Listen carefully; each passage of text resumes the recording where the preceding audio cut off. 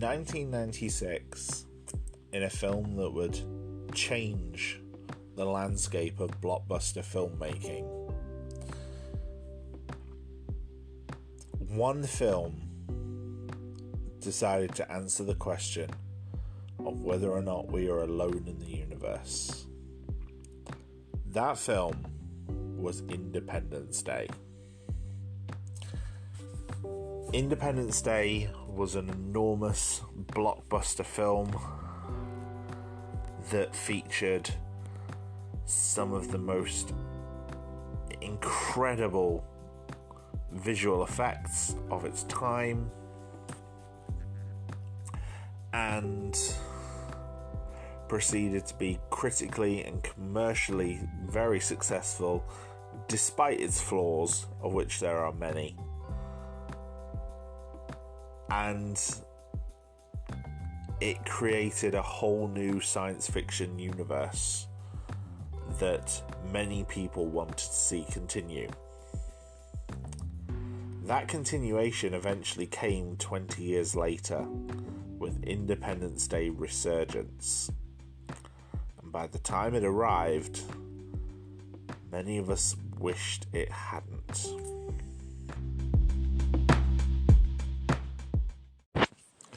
Independence Day was conceived by Roland Emmerich and Dean Devlin, his longtime collaborator, while they were while they were promoting Stargate in 1994.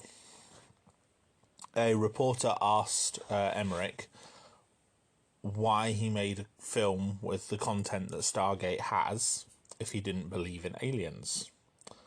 And Emmerich said that he was fascinated by the idea of an alien arrival, and explained his response by asking the reporter to imagine what it would be like to wake up one morning and discover 15-mile-wide spaceships hovering over the world's largest cities.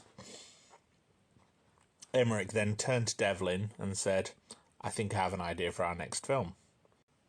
The idea expanded from there to incorporate a large-scale alien attack, with Devlin saying he was bothered by the fact that for the most part in alien invasion movies they come down to Earth and they're hidden in some kind of backfield, or they arrive in little spores and inject themselves into the back of someone's head. So Emmerich agreed to this by asking Devlin if arriving from across the galaxy, would you hide in a farm or would you make a big entrance? And so during a month-long vacation in Mexico, they wrote the script for Independence Day. It was soon greenlit by 20th Century Fox chairman Peter Chernin, and production began just 3 days later in February 1995. By the time 1996 rolled around, Stargate had been a huge success, so people were very interested in what Emmerich and Devlin were preparing with Independence Day.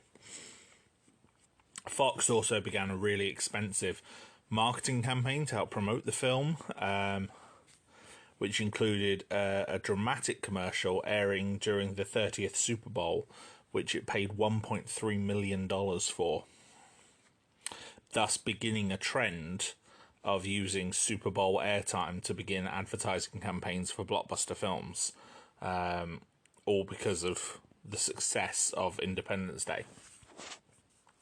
They also entered promotional deals with Apple, Coca-Cola, and several others, all of which have roles in the film, as well as being just, not just used as product placement, but actually having,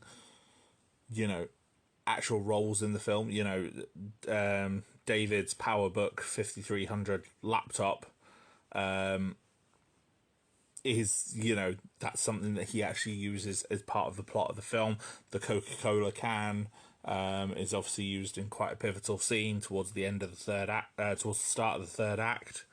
So yeah, there's a lot of good cross promotion that obviously started a trend, but I don't think was as clumsy as it could have been. And as some later films would be. And to truly capitalise on the film, a weekend before it was released, the Fox network aired a half-hour special of the film, the first third of which was a spoof news report on the events that happen. And the BBC in the UK did something similar on the weekend of release, both of which clearly taking inspiration from the Orson Welles radio drama for the War of the Worlds, which obviously I spoke about earlier on this year. Roger Ebert even attributed most of the film's quite early success to these teaser trailers and the marketing campaigns, acknowledging them as truly brilliant. The film went on to become the highest grossing film of 1996, and at the time was the second highest grossing film in the world, behind only Jurassic Park, which had come out 3 years earlier. It went on to beat many other blockbusters that year, including Twister, Scream, Space Jam, Mission Impossible, The Rock, The Hunchback of Notre Dame, and Eraser, all of which also came out in 1996. It set records all across the board in terms of, money making. It smashed Die Hard 2's 6-year record for the biggest pre-opening of any film. Officially opened to the public on July 3rd with making $17.4 million. It held a record for the highest Thursday gross until it was overtaken by Star Wars Episode 2 6 years later. It beat 2 records that had been previously held by Terminator 2 for the largest 5-day gross of any film, as well as the biggest July opening weekend. It in fact held the number 1 spot in theatres for 3 consecutive weeks before it got displaced by A Time to Kill, Matthew McConaughey and Sandra Bullock film based on a John Grisham novel. Had the second highest opening weekend of any movie, behind only Batman Forever, which had come out the year previously. Also broke records held by Toy Story and Jurassic Park, for its biggest openings and things like that. It was a huge success. It became the quickest film to earn $150 million, taking only 12 days. It approached 200 million within 21 days and held that record for 3 years until episode 1 in 1999. A list of big name films that it ended up making more money than at the time included Beverly Hills Cop, Ghostbusters, Aladdin, Mrs. Doubtfire, Ghost. It became the 14th highest domestic grossing film of all time in America, but its worldwide numbers were what blew it away. It ended up making $306 million in the US and Canada, but $511 million in other territories, for a combined total of $817 million, which at the time was second only to Jurassic Park, beating The Lion King, which was the previous record holder. The overwhelming success was no doubt a large part of the trend of large-scale disaster films at the end of the 90s, with films like Armageddon and Deep Impact following in quite quick succession. Review-wise, the film did quite well. It was given mixed to positive reviews. I think Rotten Tomatoes currently holds it at about 66%. So that's not too bad. And audiences polled by CinemaScore gave it an average grade of an A. So yeah, it's generally quite well liked. Most critics savaged the characters and the dialogue, saying a lot of the characters are cardboard or stereotypical and that the dialogue was weak. However, the visuals, the music and the special effects were consistently praised. And many people did tend to agree that it lived up to the hype that it had built up before release. It was less well received outside of America, though. due to quite a heavy element of gung-ho American jingoism, which is prevalent throughout the movie. Especially Thomas Whitmore's Independence Day speech towards the end of the film, which the BBC described as the most jaw-droppingly pompous soliloquy ever delivered in a mainstream Hollywood movie, which, while I have to kind of agree, I do quite like that speech, so I'm a bit biased towards the film. That speech has also been called the cheesiest movie moment of all time by readers of Empire. However, Empire film critic Kim Newman also gave the film a 5-star rating in the original review of the film in 1996. Roger Ebert and Gene Siskel were a bit more critical, as you know they were wont to be. Roger Ebert said there was a lack of imagination in the spaceship and creature designs, which Gene Siskel agreed with. Personally, I agree, but I do think there's perhaps reasons why there was a lack of imagination in the designs. I think... Well, I'll get to it in a bit.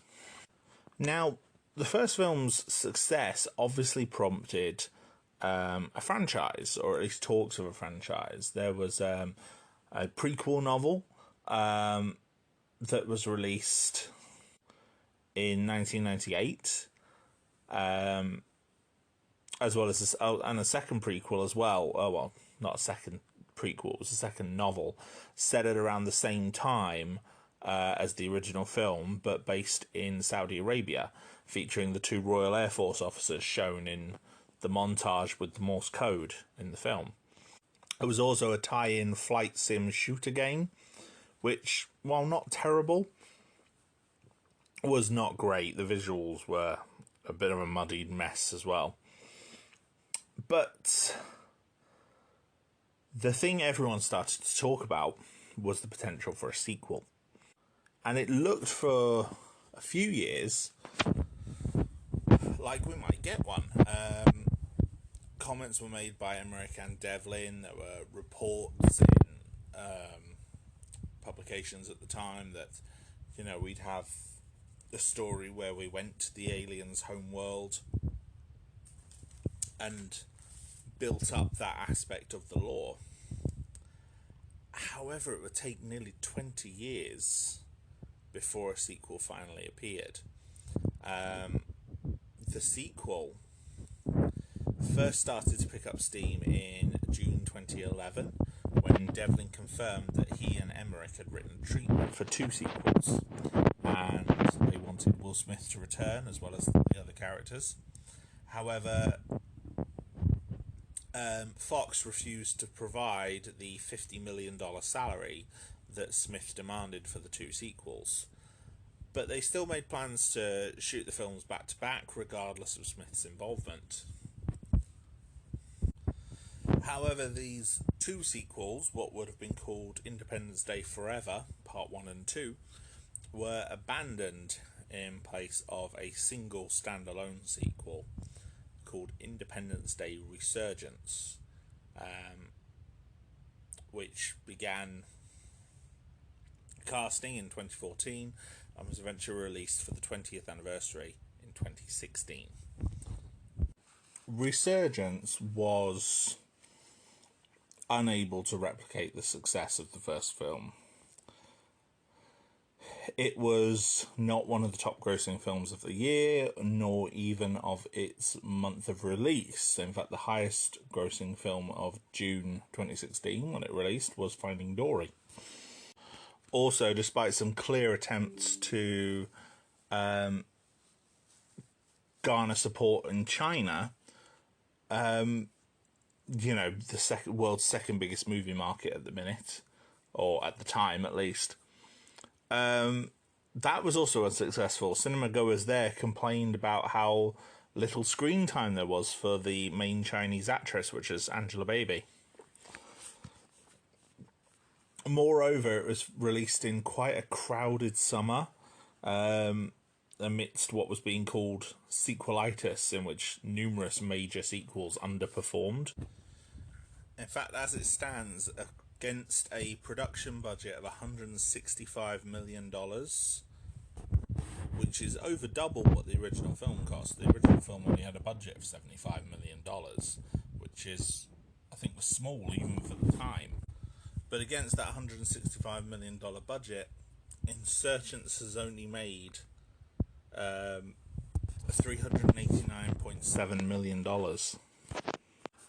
which actually makes it a box office disappointment. Not quite a bomb, because it did make its budget back, but definitely a disappointment.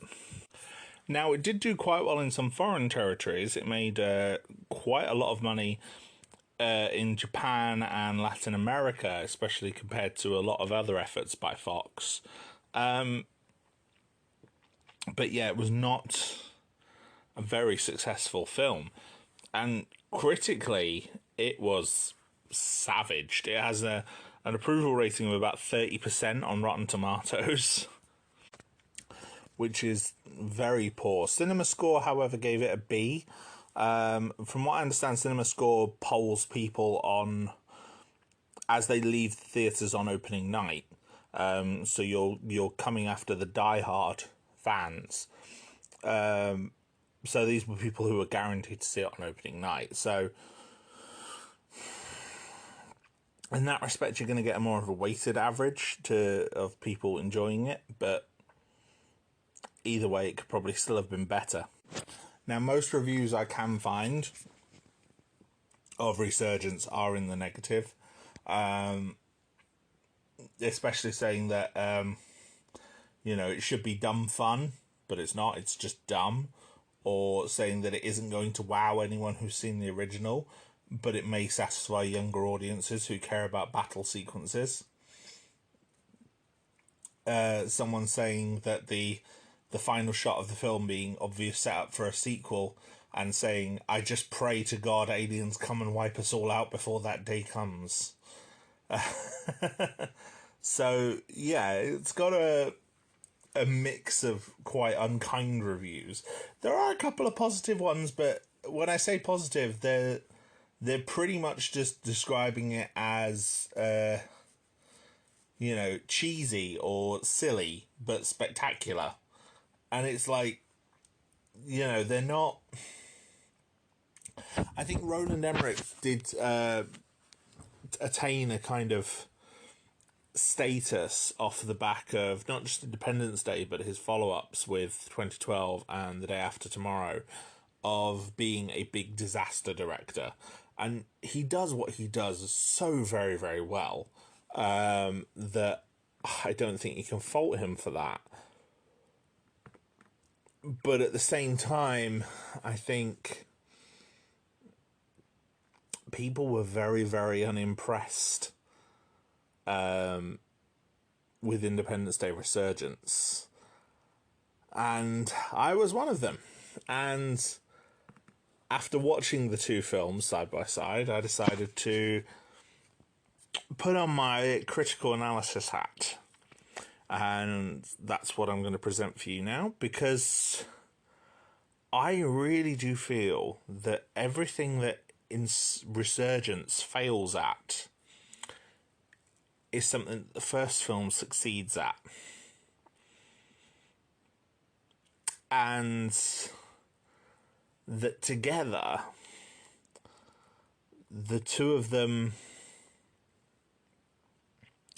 work almost as opposites rather than as complementary parts of the same franchise.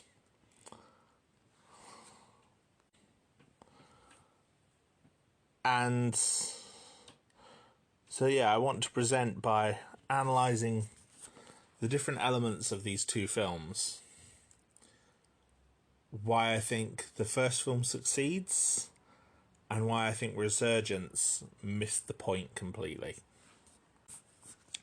So, Independence Day, I really like it. I do. I really like the first film. I think it's a very good example of how to pace a film. Because while the plot is relatively simple, it's very, very well paced in that everything happens in a logical progression. So, the aliens get introduced from the very, very first scene where they pass over the moon, and we hear Neil Armstrong's speech from the day of the moon landing. And then we see SETI intercept the alien signal, and then they tell they tell government officials, and it gradually becomes there's a whole series of scenes where more and more people find out about the aliens, all the way up to the president, Thomas Whitmore, who is a main character played by Bill Pullman. And every so often it cuts back to the ship as it arrives in orbit, as it starts disgorging the city-destroying ships, as they start coming through the atmosphere. It's really clever. I think that first act is paced really, really well. And we're gradually introduced to all the different characters. We get introduced to Thomas Whitmore, and we see that he's a former pilot from the Gulf War who has become president and has lost a lot of popularity recently. And we see his wife, who is across the country in New York at an event. Not New York, sorry, LA. He's in Washington, D.C., she's in LA. So she's across the country at an event. We see his press secretary, Constance Spano, and the close relationship that those two have. We see his daughter, and then, it goes from... After we get a scene with him and introducing his cast, we then get a scene with... we get another scene with the aliens, then we get a scene with David, and get a scene with Russell, and so on. As it just introduces all these new characters to us. And the characters are all introduced in a way that sort of establishes them with the people around them. And I'm going to talk more on characters later on. But, in very short order, we are introduced to what are essentially the four leads of the film, which are Thomas Whitmore, David Levinson, played by Jeff Goldblum, Steve Hiller, played by Will Smith, who was actually the last of the main four to appear, and Russell Case, played by Randy Quaid. And, each of their introductions and each of their scenes are intercut with scenes of the alien arrival. In fact, David, I think, is the first one that gets two scenes in succession, without a break from something else. The film, is also split into 3 acts very clearly by the demarcation of the 3 days. So July 2nd, July 3rd, and July 4th. And I think each of those days also has its own rising action and climax, which I think works very, very well. So with July 2nd, the opening day, everything is building up to the alien attack, which happens very late at night, as the characters kind of scramble together to oppose the aliens and try and find out what to do. The characters manage to evacuate and flee just before the city destroyers activate their weapons and take out the initial cities, including New York, Washington, D.C., and Los Angeles, as well as numerous other cities around the world. In fact, the list of cities destroyed that was released in the lead-up to Resurgence is actually quite impressive. There's something like 96 different cities destroyed all around the world. There's a lot. But yeah, so that ends July 2nd with the attack. Then July 3rd, we start with the counterattack by Steve and his fighter pilots, launching from El Toro, and most of them are wiped out in short order. And then the rising tension is as the characters arrive at Area 51 and learn a bit more about the aliens through encountering Dr. Oaken, played by Brent Spiner, who's a character, an actor and a character I really like. So, although he did start to grate on me in the sequel, which I will get to. And then, the rising climax at the big climax at the end of Act 2 on July 3rd is Thomas Whitmore's decision to use nuclear bombs to try and fight the aliens. And they launch a nuclear bomb at the aliens over Houston in Texas, which obviously destroys Houston, but has no effect on the alien ship. And, it leaves the crew kind of demoralised as they refuse to fight anymore. We also have a separate climax as Steve Hiller, determined to get back to his wife, steals a Huey and flies back, saves, not his wife at the time, his fiancée Jasmine, and the characters she's been able to rescue in the rubble of LA, including the president's wife, who is injured, and brings them back to Area 51 as well.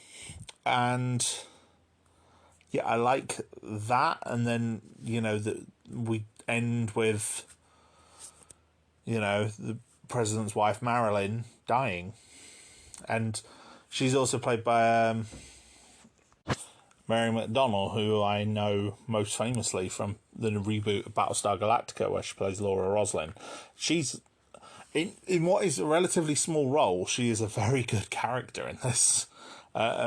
She gets a couple of scenes that can really kind of engender her to you as an audience before she dies.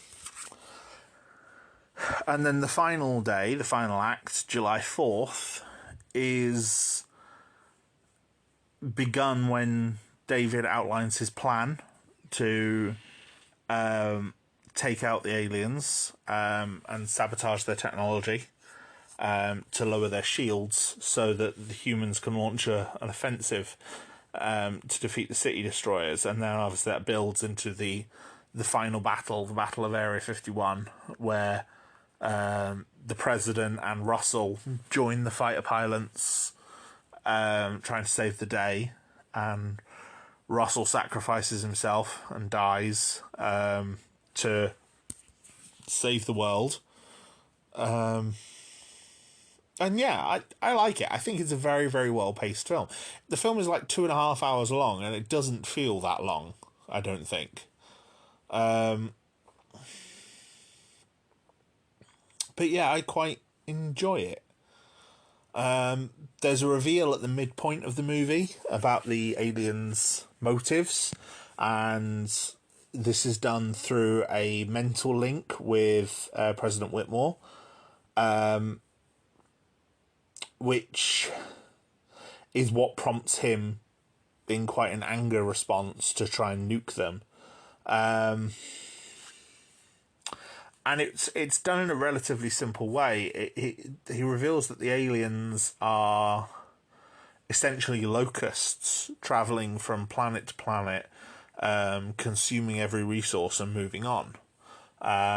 Before this, Dr. Oaken posited that because they are dependent on an oxygen-nitrogen atmosphere, perhaps they want to simply exterminate the humans so they can move in. Which would have been an interesting concept on its own, very similar to something like War of the Worlds. But no, the reveal of them, they're not actually interested in our planet, they just want to consume it and then move on. It makes them a bit more simple in some ways. But I don't think it's done in a bad way. I think despite their technology and their incredibly advanced technology, that reveal makes them simple and easy to understand, which is good. Resurgence, though. Resurgence is half an hour shorter, yet feels longer. Like, when I watched Independence Day Resurgence for the first time, I was checking the time. And it's like, I don't think it's as good. I felt more bored during it. For example, the big reveal of the alien ships, where they come out of the clouds of fire and appear above the major cities, and David's watching the one that comes in over New York. In the original film, that happens half an hour in. But the aliens have been built as this big significant threat up until then. In the sequel, for starters, there's a lot of... I don't want to say exposition, because I don't think they ever explain it very well. It's just presented to us that this is a world that has gone back to normal, but now has advanced alien technology. But it's never really explained. It was explained in tie-in media. There was a couple of tie-in websites that were launched for the film that expanded, that, like I said, they revealed the list of destroyed cities. But it's like, in the film, we see Washington, D.C., we see New York, we see Los Angeles, and they are completely intact, as well as other cities that we know were destroyed in the first film, like London and Paris. And they're completely intact again. Like, the devastation that we saw in the first film, those cities should not be as rebuilt as they are, even 20 years later. And especially not with huge amounts of alien technology as well. Never mind that I have no idea how they were able to reverse engineer so much alien technology, considering that the city destroyers were devastated in a way that doesn't look like they have much left.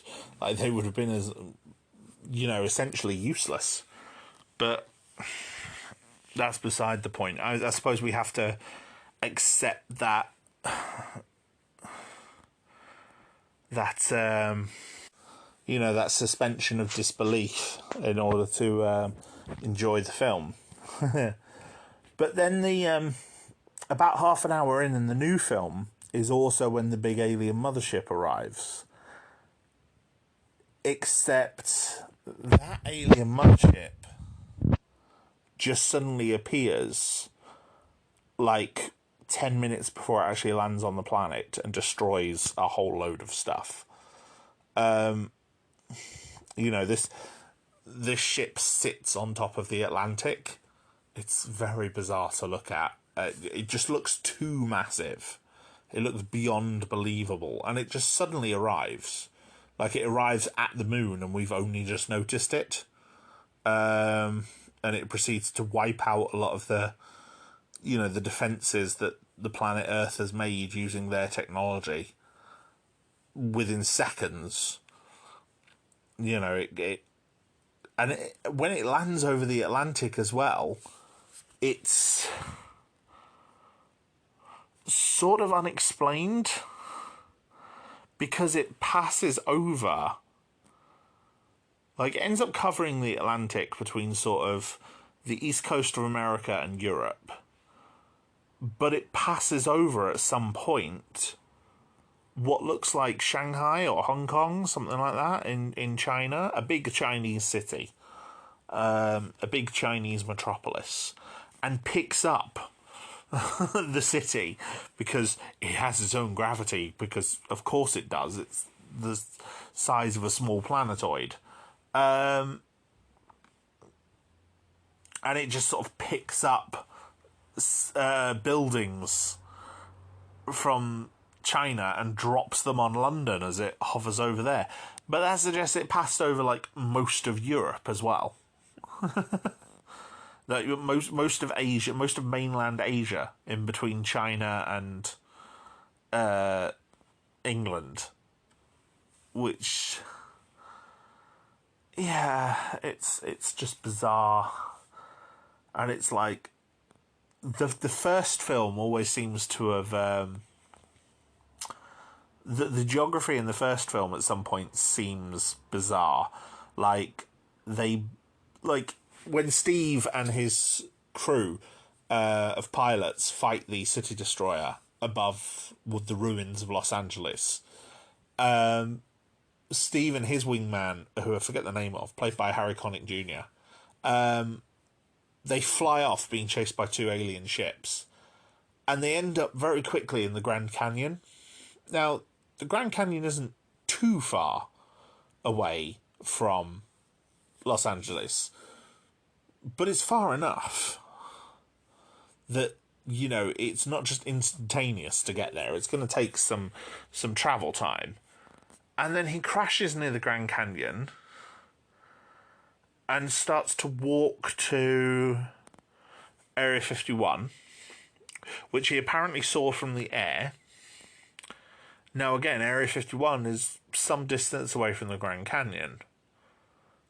And he was inside the Grand Canyon for most of his flight. So how did he see Area 51 from the air? And then, never mind that, the location that they actually use is the Salt Flats in Utah. So when he's walking across the desert, he's actually over the Salt Flats.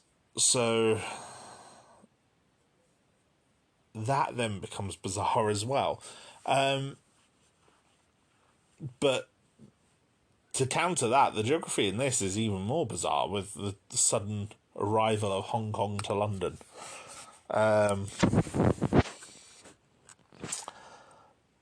But yeah, the film tries to echo the original in a lot of ways. They try to use Whitmore's speech from the closing, you know, from the third act of the original film over the opening scenes, but kind of split up. And it's to show that a signal is being picked up by the aliens before they arrive. And it's clearly meant to echo sort of Armstrong's speech in the original, but I don't think it works. It's done with a more overtly ominous tones, because obviously it's more aliens that have detected a signal. There's a few action scenes in this that just feel gratuitous, especially the very first one, which is Liam Hemsworth's character, Jake Morrison, is controlling a tug like a space tug on the moon, and it's putting a weapon in place.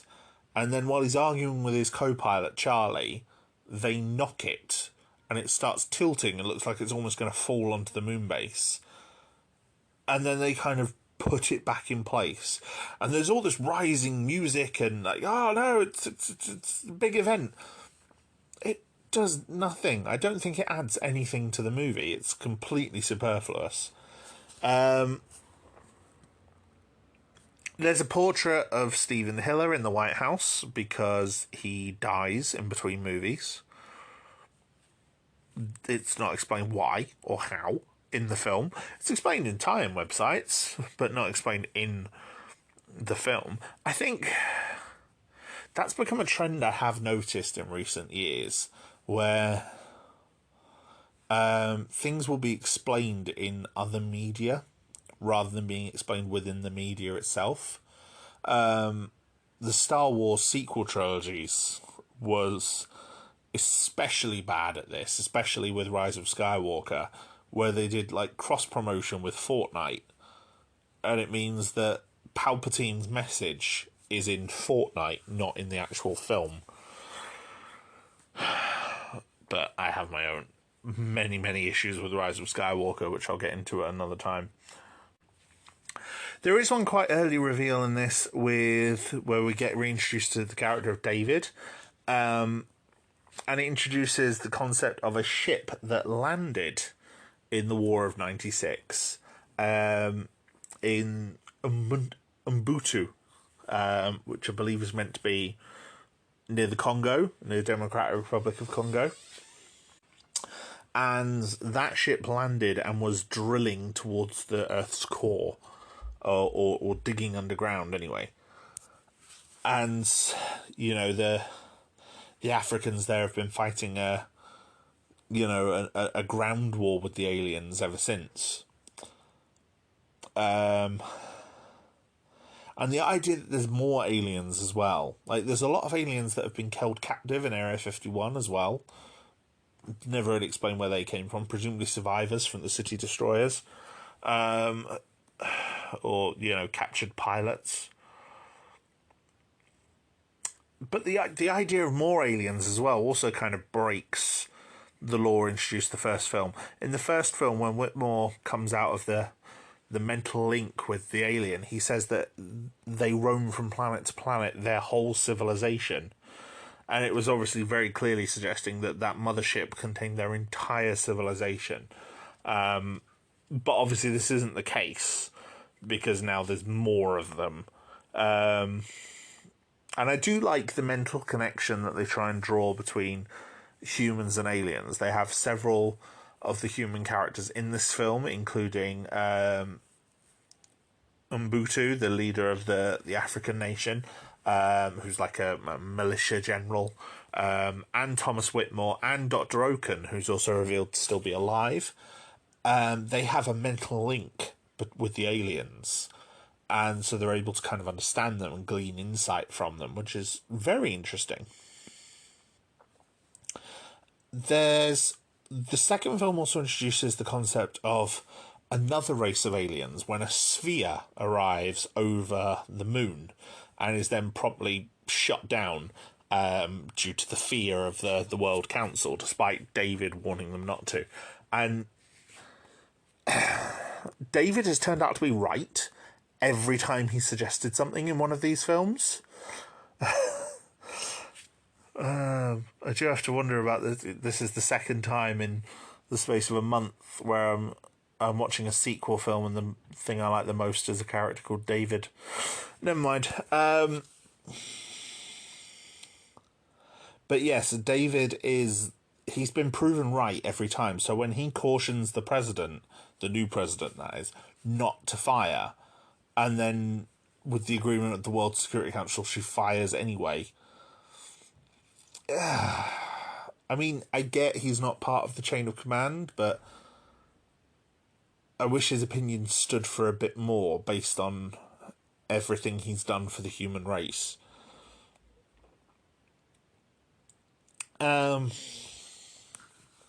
Also, quick note, the World Security Council, very, very similar to the modern day World Security Council, but based on what we know of the War of 96 and the cities that were destroyed in the War of 96, even if you don't look at the supplementary material, even if you just look at the original film, and in the original film there's the suggestion that there's only like 15 or so city destroyers, rather than the 36 that there actually were.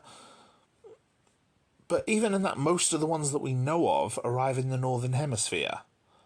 Like, before they actually attack in the opening act of the movie, we see city destroyers over New York, Washington, D.C., Los Angeles, London, Paris, Moscow, Berlin. I think they say there's one heading to India, so I presume that's somewhere like New Delhi. One or two heading to China as well. So a lot of the Northern Hemisphere would be devastated. Like, properly devastated. A lot of those countries, you know, if they evacuated as late as the US did, might have even lost their leaderships. They would have lost a lot of people.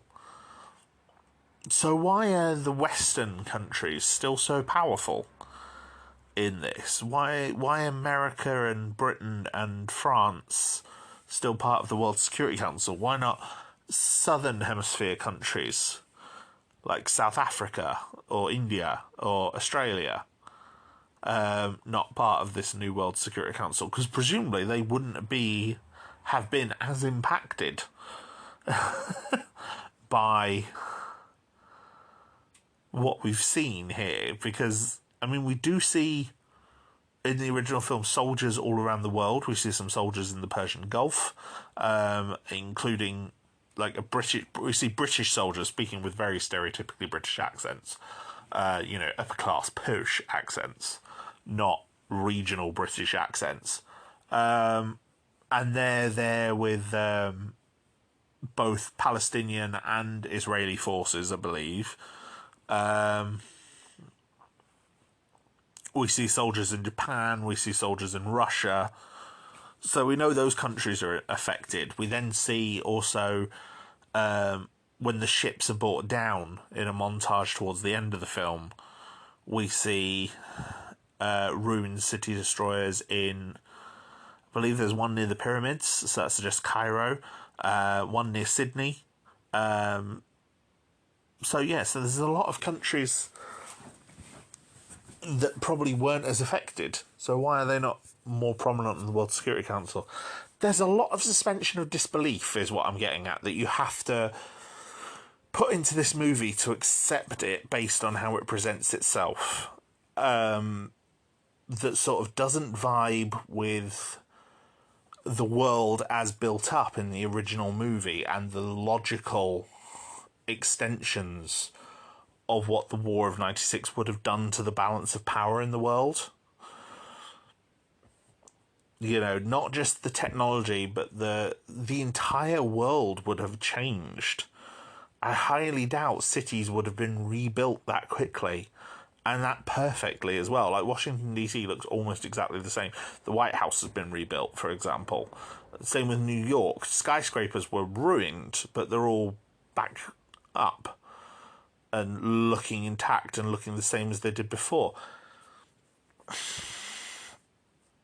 And it's, and then that's even before you get into the lore-altering things. Like, if the Harvesters, as the aliens now get called, are after our molten core, because when this new one lands, the new mothership, it immediately starts drilling to the Earth's core, right? If they're only after our magnetic core, right, why were they bothering to systematically exterminate all of the cities in 96? Why not just immediately start drilling?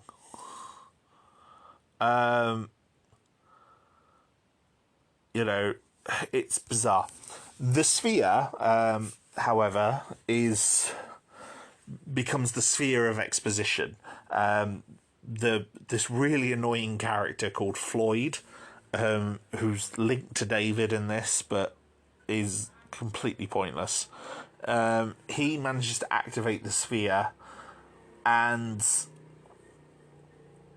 it reveals that it has been gathering aliens who have survived the Harvesters and sharing technology with them that can fight the Harvesters, because the spheres, which are a virtual intelligence, they're essentially like digitized constructs of people, and they've basically been putting their technology to fight the Harvesters, because the Harvesters are trying to destroy them. And that's why people keep drawing the symbol of the sphere, and why the aliens are so afraid of them. It's an interesting idea. It just could have been delivered so much better. They do try and show some of it. Like, they do try and show using holograms, but it just basically acts as this large exposition dump between the sphere and a whole load of the main characters at this point in the film, which include David, Oaken, Thomas Whitmore, Mbutu, and a whole load of others. Now, eventually, they manage to take down the aliens. Basically, they find out the aliens have a queen, right? And she launches in her own ship to sort of come and get the sphere, which is now at Area 51, They've got a crew of like a ship crew watching the drilling site, and they reveal that drill is almost to the Earth's core. They've got like an hour. So they set up a plan to try and destroy the alien ship. These alien ships have all got their shields back, and their shields are just as threatening as they were before. In fact, they use the shields in some new, quite interesting ways. The human planes, despite having the lasers and the alien tech, don't seem to quite have the alien shields. It's like that's one thing that the humans couldn't recreate for whatever reason. But also, they've got no way of deactivating the new shields again, apparently. And, you know, they use the shields in some quite interesting ways. Like, the new president, because the second new president, because the first one gets killed because NORAD gets attacked again. And I thought Cheyenne Mountain and NORAD was destroyed in the first film again, but that's also been rebuilt, which, you know, does that mean they rebuilt the whole of Cheyenne Mountain? I don't know. I mean, Cheyenne Mountain is designed to withstand a nuclear attack anyway, so how the aliens were able to destroy it in the first film, I don't know. Anywho, getting off topic again. They managed to kill the original new president in this film. So then the Secretary of Defense gets sworn in, and he's played by William Fichtner, who's just kind of there in this movie. You know, he's just kind of there. And he launches a whole load of pilots towards the mothership with some bombers that have got cold fusion bombs, which are essentially like mega nukes, basically. Like cold fusion is like nuclear bombs are fission. I don't know if anyone out there knows much about science. So nuclear bombs are fission, which is where you break an atom into smaller atoms. Fusion bombs. Fusion is essentially what happens in the sun, which is where you take atoms and combine them to make bigger atoms, and it releases far more energy. So they said they have cold fusion bombs now, and they're going to unleash them inside the alien mothership. The thing is, this just happens. It's not built up towards. It doesn't feel earned. It's like when the decision to use nukes in the first film was made by the president, it was not a decision he came to lightly. Like, he dismisses it, first of all, when it's first suggested. And then he dismisses it when it's first suggested, like point blank. Then he has his encounter with the alien, and then he decides to do it. And his decision to do it horrifies several other characters, including David. You know, and after the first unsuccessful nuclear bomb, he doesn't decide to try and push it again. He leaves it at that. In this, though, no, the decision to use cold fusion bombs just made. And, you know, they fly the bombers in, and the aliens manage to use these shield things that go into the open bombers as they're falling from the sky. They go into these open bomb bays and attach devices to the bombs, which then mean that when they tried remotely exploding them, they get covered in shields. So, despite being enormous bombs. So it doesn't work. It doesn't work, and, you know, then the alien mothership activates this giant EMP blast, which takes out all the remaining satellites so the humans can't talk to each other, except by shortwave radio. Yeah, and then the alien ship launches a smaller ship towards Area 51, which has the alien queen on, because she's trying to get the sphere. They attack Area 51. They try and bait her with a tug, the space tug from earlier, holding a decoy for the sphere, and armed with another cold fusion bomb. And this time they've set up a shield generator so they can kind of trap it and blow it up. And there's a lot of debate about who's going to be the pilot that does it, because Patricia, the president's daughter from the first movie, is now all grown up and played by someone different. She says she wants to do it, but her father says, no, I'm doing it, and has a dramatic shave and everything, and decides to be the hero. So he does it, he blows himself up, sacrifices himself to try and destroy the Queen. It destroys her ship, but the Queen herself gets out, because while she's in this enormous battle suit, because it's revealed in the first movie that the aliens wear these techno-organic battle suits. So she's in this enormous one, it's like 20 stories tall, and they end up fighting her in the desert outside of Area 51.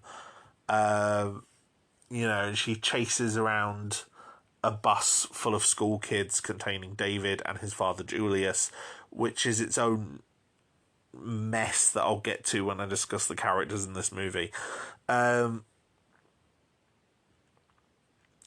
then Patricia flies in with her own ship, manages to disable the Queen's shield, so then the other pilots, who also miraculously survived their own fall in the alien ship, they come back and they manage to help kill the Queen just after she gets the sphere. But yeah, the Queen is killed, and then when the Queen is killed, the alien mothership flies off at the end of the film. It just sort of detaches from Earth and flies off, like recalled back to the alien homeworld. If that's the case, why did that not happen to the City Destroyer and Ubuntu?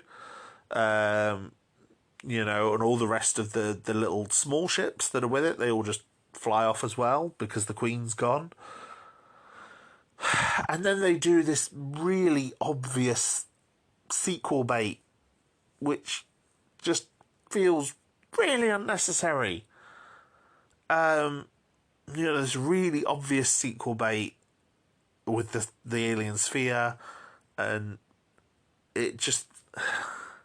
it doesn't feel earned. It doesn't have any of the catharsis of the original film. The original film, you really feel at certain points like humanity is about to lose. Like they're reaching, when the nuke fails, for example, you feel the blow the same way they do.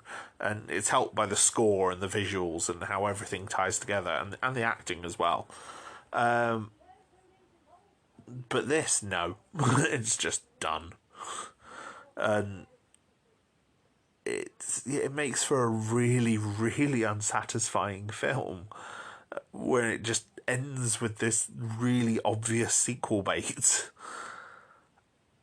So yeah, as you may have gathered, I don't like this film. So I've discussed the story, and before I go further into the characters, I want to discuss some other aspects of the film. So first of all, the visuals. The visual effects for the first film are incredible. I think they still hold up for the most part. There are a couple of bits of wonky early CGI in there. But for the most part, everything was done with practical effects. And quite a lot of the time as well, like with a lot of the military stuff, they were doing it without the aid of the military as well. For those who don't know, the US military basically tends to give money to every film that features the military. And people will try and say, oh, there's military propaganda. It is and it isn't. It's like, for example, it is possible to get money from the Pentagon and still paint the military in quite an unflattering light. As most of the Marvel films do.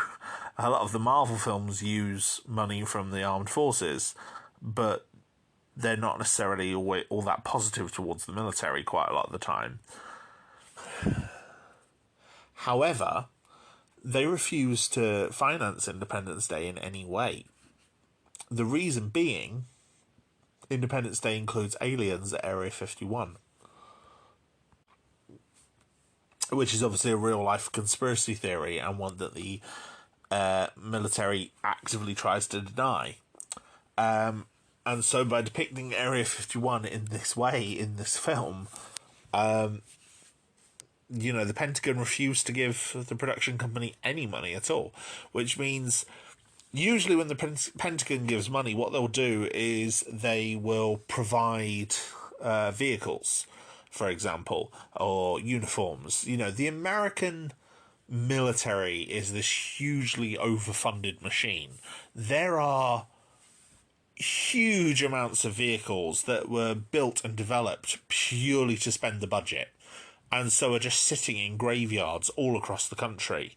Planes, mainly, quite a lot of the time. Loads of planes, loads of tanks that are just sort of sat there, gathering dust and slowly rotting and rusting across the great US of A. And so a lot of those will get provided to films for people to use. So, for example, like Top Gun. Top Gun uses real American planes. Because it can. Because it has that money, that budget to play with. So in this, because they weren't funded by the Pentagon, they had to source everything themselves. And, they're able to get a lot of good stuff, but then obviously that all comes out of the budget.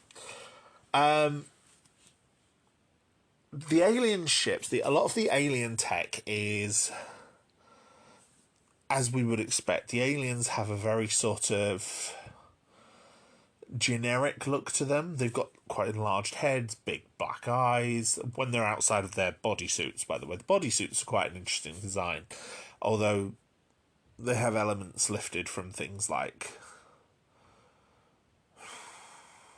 Well, they have a mixture of elements lifted from a whole variety of places. But the actual aliens themselves, they're quite small. They've got these large, almost triangular-shaped heads. They've got the large black eyes, no visible mouth, which makes it unclear how they eat. I'm reminded of a question. I've forgotten who posed it. I believe it might have been one of the creature designers on Star Trek 2009, who basically said, when designing a creature, you need to work out where the anus is. Essentially what he was saying was, the anus is something that is indicative of a digestive system. If you don't show that sort of system, something that both can ingest and excrete, logically in the design of your creature, it's kind of hard to guess. It's kind of hard to buy it as a living thing, which I think was what he was trying to say. There is no mouth on these creatures. We have no indication as to how they ingest anything. And obviously, all creatures will have to ingest something to survive, even if it's just water. So yeah, that's intriguing. But yeah, so with the exception of no mouth, these aliens look quite similar. Well, you could expect them to look quite similar to almost the grey aliens, which are present in a lot of alien abduction stories. Now, so that in itself is interesting enough, and I believe that is deliberate, to sort of base the designs on something that is quote unquote real, based on a lived experience. In the same way that the alien ships, the city destroyers, look like saucers. They look like very large flying saucers. As do the smaller alien ships, the scout craft. They also have that kind of disc-like design. Not quite a disc. They've got kind of like a crescent moon thing going on. With an indent at the front and then the things on top.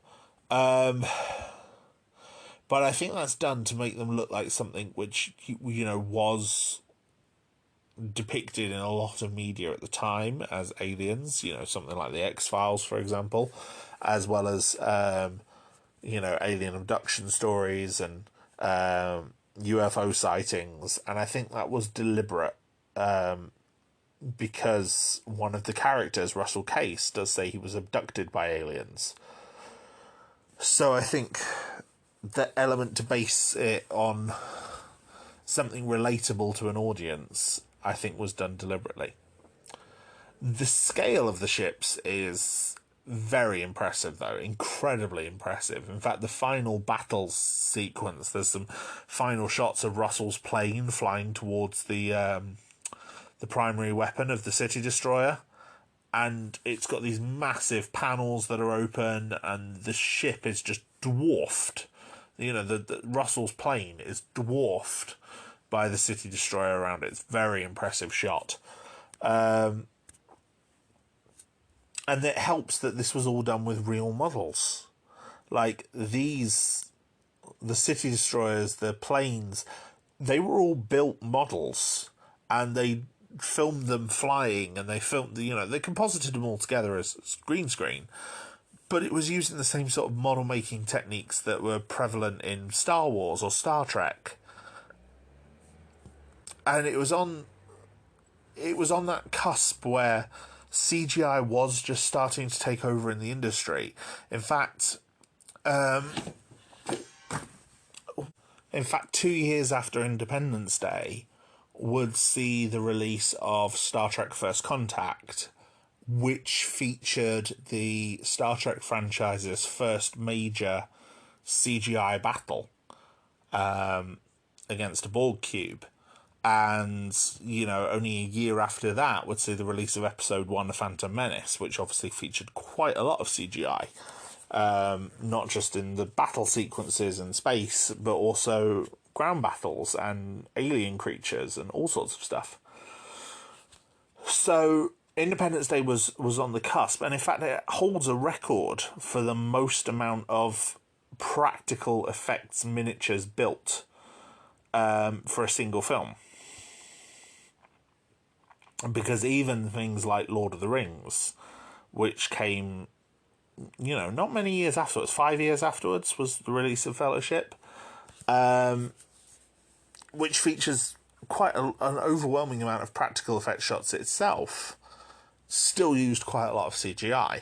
So, yeah, Independence Day held that record. I think it still does hold that record. And I don't think, because of the move to CGI, and because CGI now has become the cheaper option a lot of the time, I don't think that record will be beaten.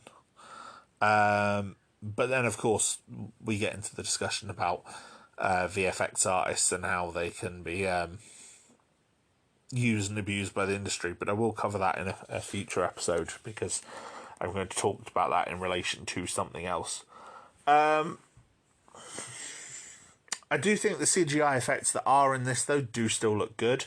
It's mainly focusing on the shields around the ships and some of the explosions. But again, a lot of the explosions are done with real effects. In fact, the actual city destruction, the wall of fire, is done with a real effect. What they did was they built a cityscape vertically and would then start an explosion at the bottom and film it with an ultra high rate camera.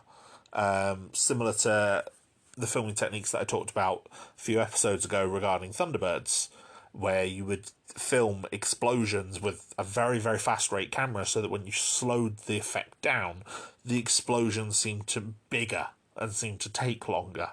And that's how they got that creeping wall of fire that overwhelms the buildings, by just sort of tilting the camera like that.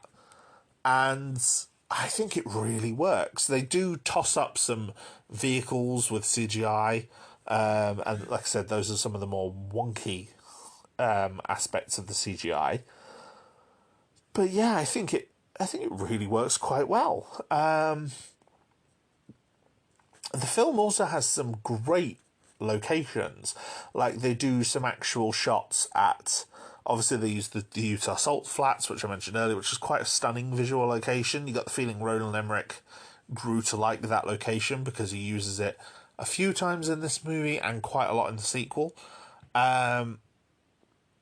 There's also they get a plane to film in an actual canyon. I don't think it was the Grand Canyon, but I think it was Little River Canyon, I think I remember reading, where they filmed a plane and they used that to get actual footage for the pilot shots when they're flying through the Grand Canyon. There's also some very good interior locations, not just the recreations of the Oval Office, but also the soundstage for the. I presume it was a soundstage. I doubt it was an external location for the actual blasted LA that Jasmine and her survivors are wandering through. That's very good. It looks believable. It looks terrifying. There's also Area 51. The Area 51 base itself is a good location. It has this, what Dr. Oaken calls the viewing gallery, with 3 alien corpses suspended in formaldehyde, and then a wall that opens up to view the lab, which is where Oaken starts his dissection of a captured alien that Steve has brought in. And that alien has its encounter with President Whitmore. And it's like, that's a good location with a good bit of geography around it, and it's used quite a bit in the film, in the second act especially.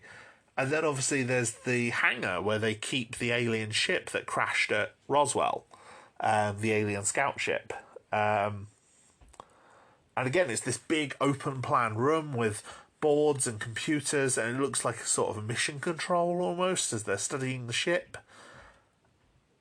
And yeah, I really like it. I think it's a really good location. And it's very bright as well, which is something I'll come back to. It's very bright, very nicely lit, and it gives plenty of room for all the characters to talk. Like, there's a bit at the opening of Act 3 where David demonstrates that he's able to lower the alien shields, which he does by putting a Coke can inside on the alien craft, and having Adam Baldwin's character, the Marshal, shoot it. And at first he shoots it with the shield on, and the shield kind of envelops the ship and everyone kind of ducks. And then he does it again, and this time he's turned the shield off. And every main character is in the room at that point. So you've got Connie, the president, Julius, Colonel Gray, Secretary of Defense Nimziki, Steve, Jasmine, Dylan. They're all there. And it makes for a very, very good moment. So yeah, I think the locations work really well to help with the visual storytelling, and I think Area 51 being an invented location in this, they really put some effort in to make it feel believable. Like, you get a good sense of the geography of the Area 51 base watching this film. Unfortunately, it doesn't carry over to the sequel. Area 51 is again a big principal location in the sequel, but not only is the lighting inside it drastically changed, like, Area 51 in the second film is oppressively dark. Like, it's far more visually similar to the interior of the mothership, which is itself its own fantastic location towards the end of the third act of the first film, as the scout ship piloted by Steve and David flies through it. And it opens up to this massive area. Area 51 in this is very dark. It's sometimes quite hard to see what's going on. Everything's lit with this sort of dull indigo light. And yeah, it becomes very hard to watch some of the scenes there. There's also some very bad green screen compositing. Not just at the anniversary celebration in Washington, D.C., but also a scene where Whitmore has a speech in the second film, and he's talking to David, but he's in a room surrounded by pilots. So he sort of starts talking to David and then gets caught up in his own oratory, and the soldiers and pilots all around him kind of listen in. and it becomes clear by the end he's kind of talking to them, and David looks very impressed, suitably impressed. But yes, some of the soldiers standing around him, they obviously filmed it on a soundstage, and then kind of, I'd imagine a blue or a green soundstage, and then composited them all into a digital environment.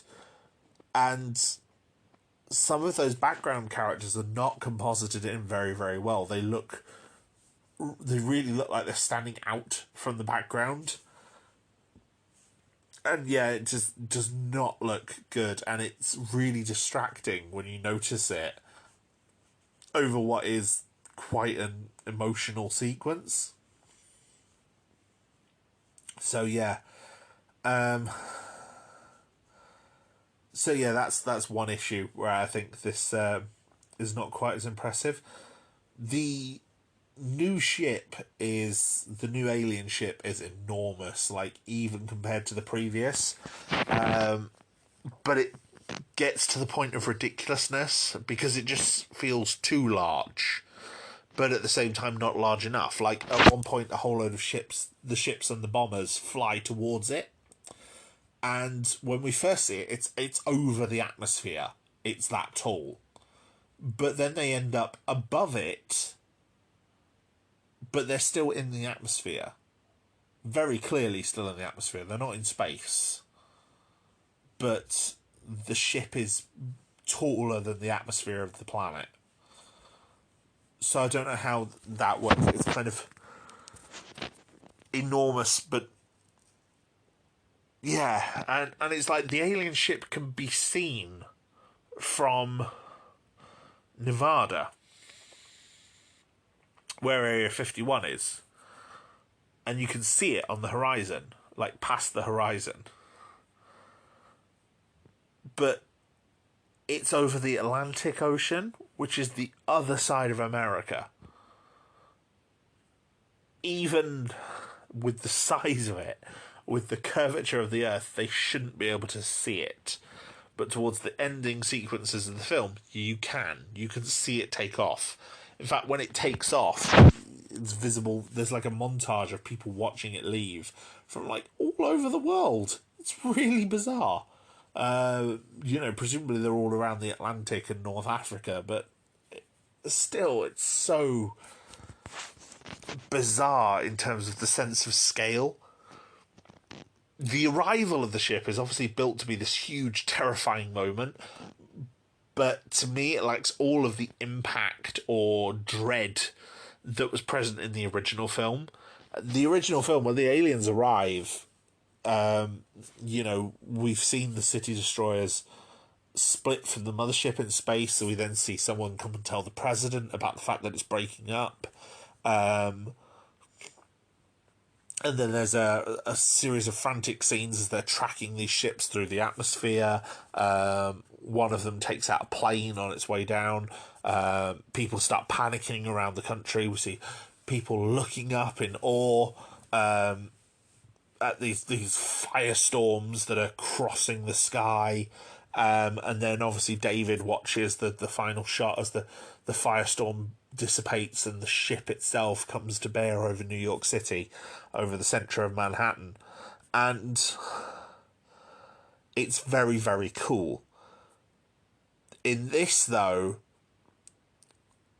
it lacks any of the impact, any of the dread, because it just kind of appears. It appears over the moon, it picks up and drags the space tug as well as several other planes.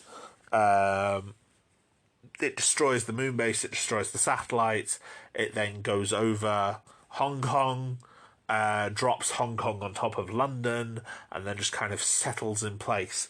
And, the destruction isn't as impressive, as visually impressive, as in the original movie, because one, it's all CG, so it's not as impressive as watching actual models get destroyed. There are some amazing things you can do with computer-generated imagery nowadays. There are some absolutely incredible things doable with this technology. you know, you don't have to look at something like Thanos in the Marvel Cinematic Universe to realise that you can do some incredible things with this technology. You know, characters like Thanos, even Gollum, back in Lord of the Rings back in the day, is an incredible achievement. But then you look at, you know, so many other things that just seem fake and deliberately fake, and there's, especially when there's elements of those same things being done practically, when you can find examples of those same things being done practically, and you realise just how bad they look by comparison. And I think, you know, the destruction in this film compared to the destruction in the original film.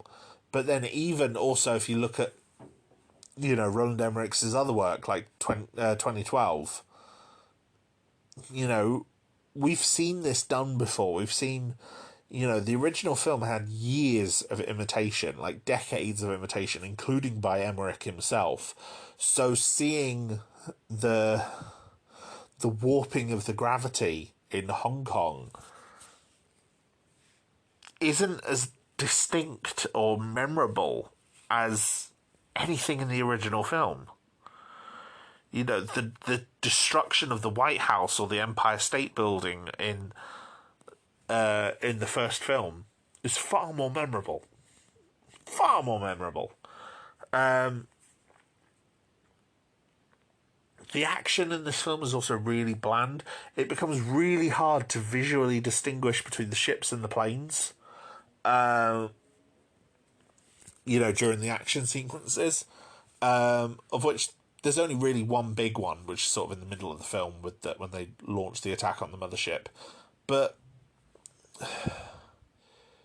in the original, during both of the main battle sequences, you could really easily distinguish between the planes and their missiles and the alien ships. They had different shapes. The planes in this, their new shape is very, very similar at a glance, especially from a distance, to the alien ships, and they're all shooting green lasers. So you can't distinguish between, is that ship shooting a green laser one of the good ones or one of the bad ones? And yeah, it becomes hard to watch those sequences because it's hard to distinguish between them. And I think it lets that scene down. Although that action sequence is over very, very quickly anyway. It does become a bit hard to distinguish between them and realise who you're rooting for. But yeah, it's a shame. Visuals are, of course, only one way you can tell a story. And as good as they are, I think good visuals can fail on bad sound design. Independence Day, both of them, actually, have pretty good sound design, for the most part. I do, as well, think the first film is inherently superior in this regard than the sequel. The first film, for example, not only has this incredible sound design in the creatures themselves, the actual aliens, everything from their laser blasters to the ominous roar of their main weapon, you know, as it rumbles and hums before it fires, the exploding cities, the actual ships as they move into position, and of course the actual sound designs of the creature themselves, like, you know, the way the tentacles whip around and things like that. It does make for something that was, it's fairly different to a lot of science fiction that was around at the time, while having a lot of similar elements. these...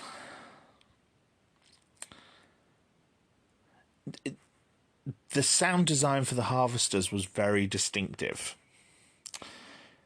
The sequel keeps some of that, but I think does redesign a lot of those sounds unnecessarily.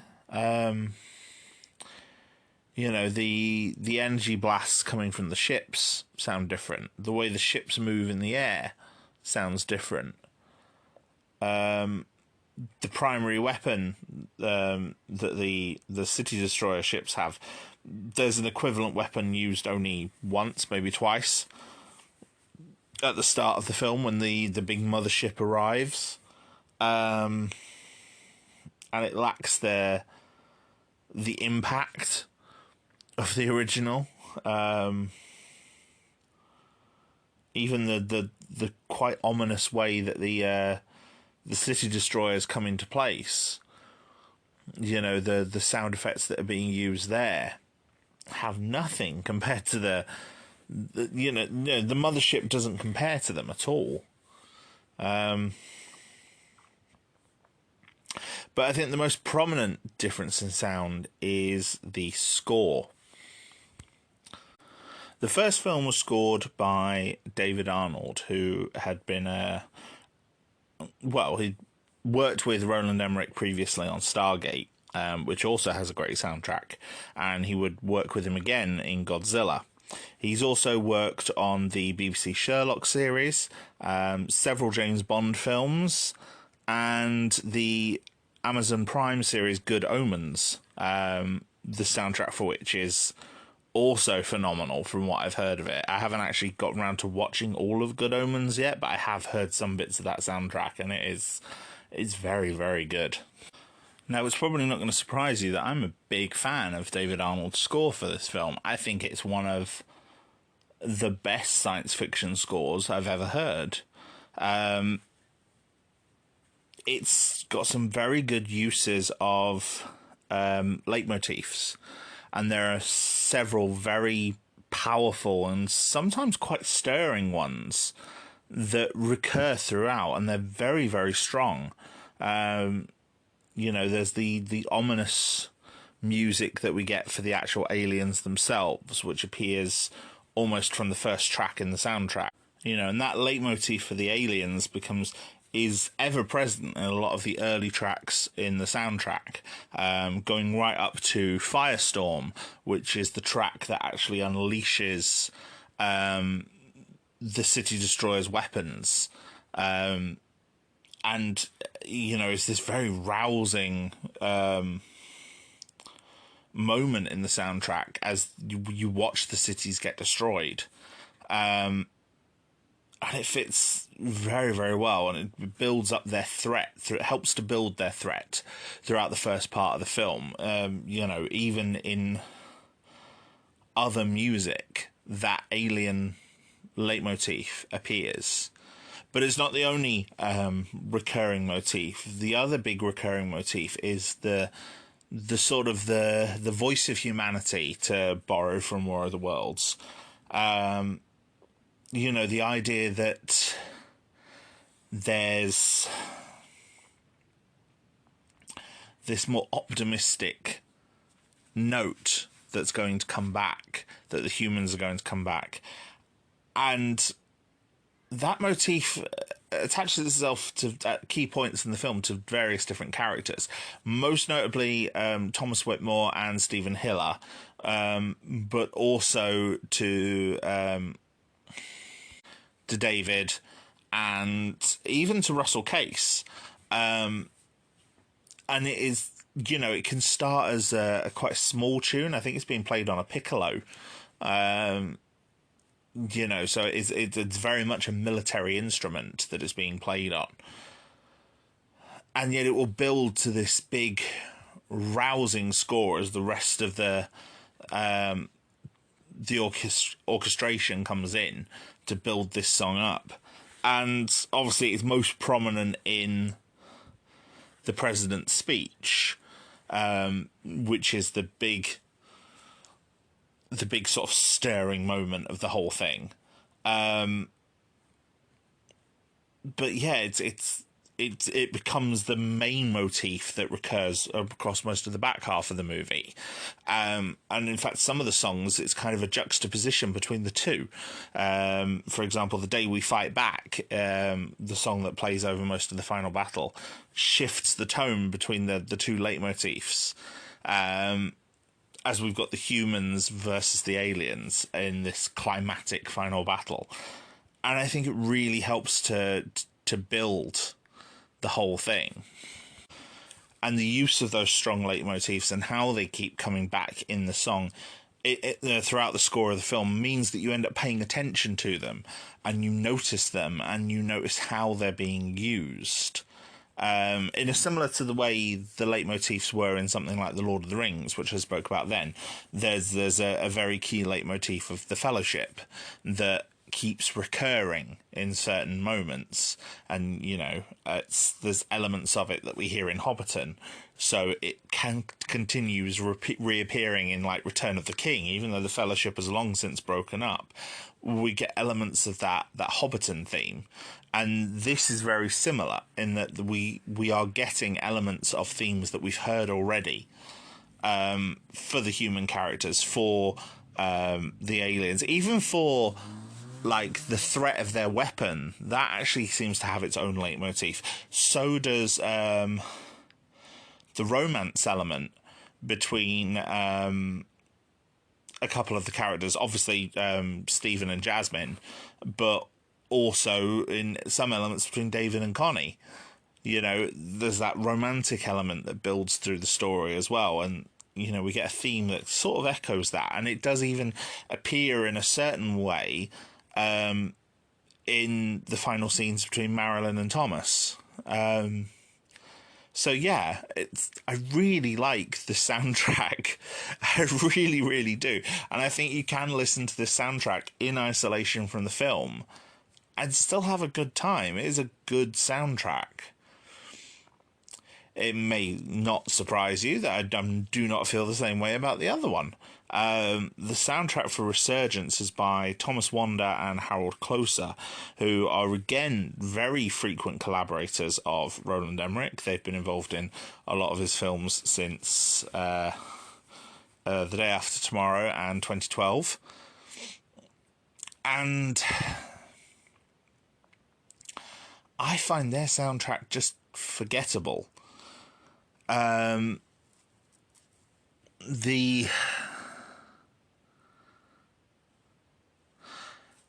It doesn't echo any of the leitmotifs from the first film, which is fair enough. I mean, they're different artists. They're trying to do something different.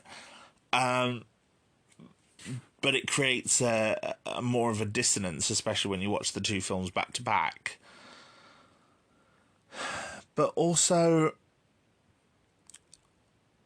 I find a lot of their music in this just very, very generic. The hero music sounds like hero music. It sounds exactly what you would expect when I say hero music. It sounds very cookie cutter. It doesn't sound too different from anything we haven't heard in a dozen other action movies. It feels cookie cutter, and as a result it feels replaceable. I don't think you could replace the soundtrack in the original movie and have the film be as good as it is. This one, you could replace that soundtrack and you would probably improve the movie, to be quite honest. And I'm sure they're fantastic composers. I'm sure they've done brilliant, loads of other great scores. I think Harold Closer worked on Aliens vs. Predator, which again had quite generic music, but was still quite rousing at certain points. But yeah, it's just forgettable. And I think that's a huge shame, because Independence Day 1996, as for all its flaws, and I'm not by any means trying to suggest that ID4 Independence Day is a flawless film. It is not. There are many, many flaws to Independence Day. But I do think it's memorable, despite those flaws. And I think the music is a key part of that as to why it's memorable. Even if all you remember is the bad stuff, the music will probably be something that you won't think is bad. You'll probably come back to and go, it was all right. Even if I think the worst complaint you can make about the music is it's very American, which is a common complaint with a lot of the first film, is that it's very American-centric.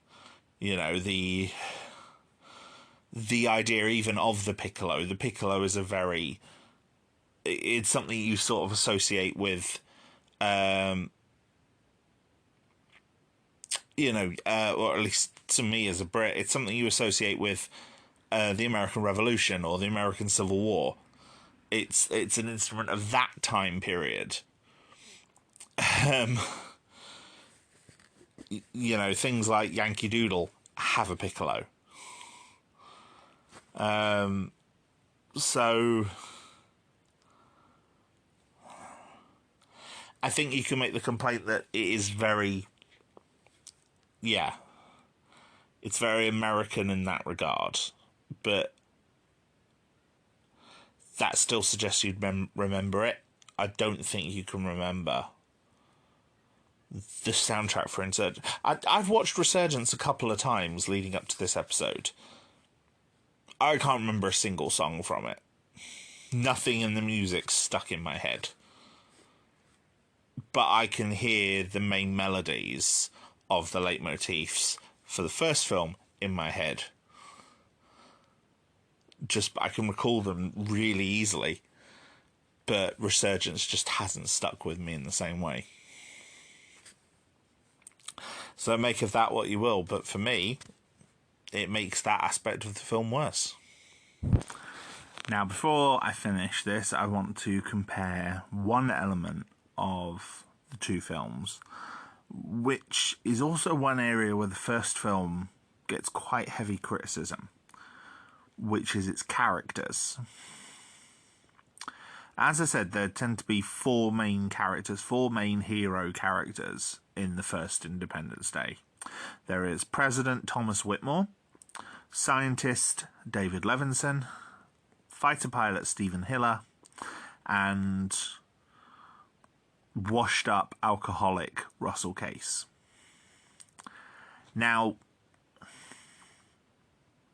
there are other characters. The film is an ensemble cast, and there are some great characters who, and some great actors that, for me and presumably quite a few other people, this was my first experience to their work.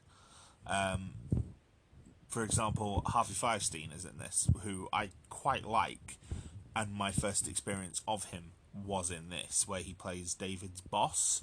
And he's somewhat stereotypical in his performance, but not in a way that I find any way negative.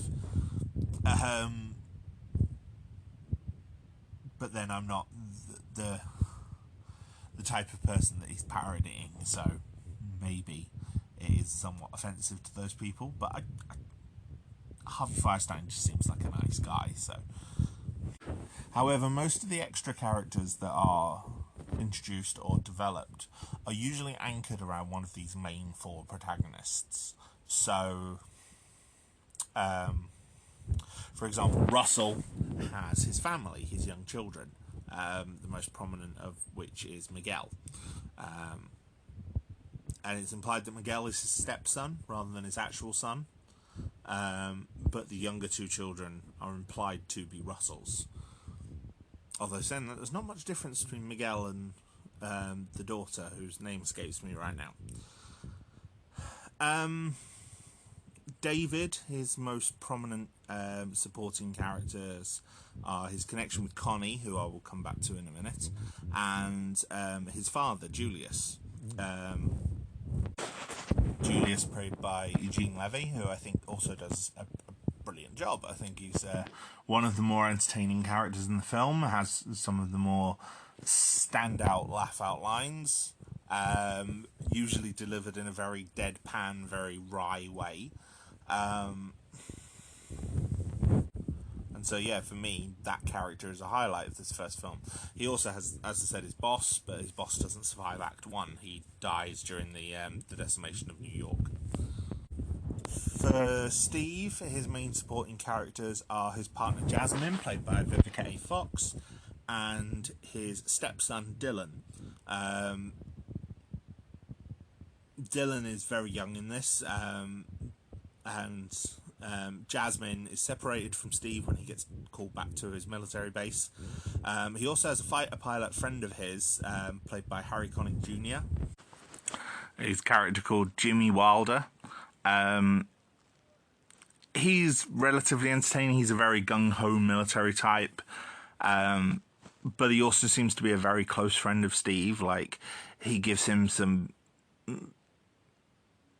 quite... He's one of those friends that will tell you the things that you don't necessarily want to hear, which we see in one scene with Steve, where Steve wants to propose to Jasmine, but he also wants to fly the space shuttle, and he keeps getting turned down by NASA. And, you know, Harry says, look, I love Jasmine. Harry Connick Jr.'s character, Jimmy, says, I love Jasmine, but they're never going to let you fly the space shuttle if you marry a stripper. Which is, unfortunately, probably true. Even probably still today, but definitely probably in 1996. Because, yeah, Jasmine's an exotic dancer, which is also in itself probably a negative stereotype for a young black woman, who until recently presumably was a single mother.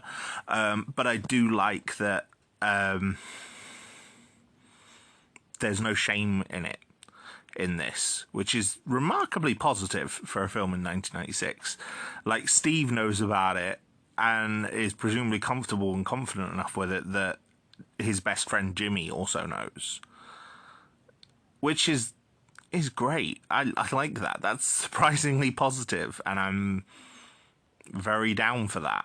I also like how that, like when she gets asked by the president's wife, Jasmine doesn't hide that fact. She speaks out quite openly about it and says, yeah, she's an exotic dancer, you know, because the president's wife, Marilyn, thinks she's, what's it, a ballet dancer. You know, she says she dances, and she's ballet. And she's like, exotic. And it's like, it's a nice touch. I like that.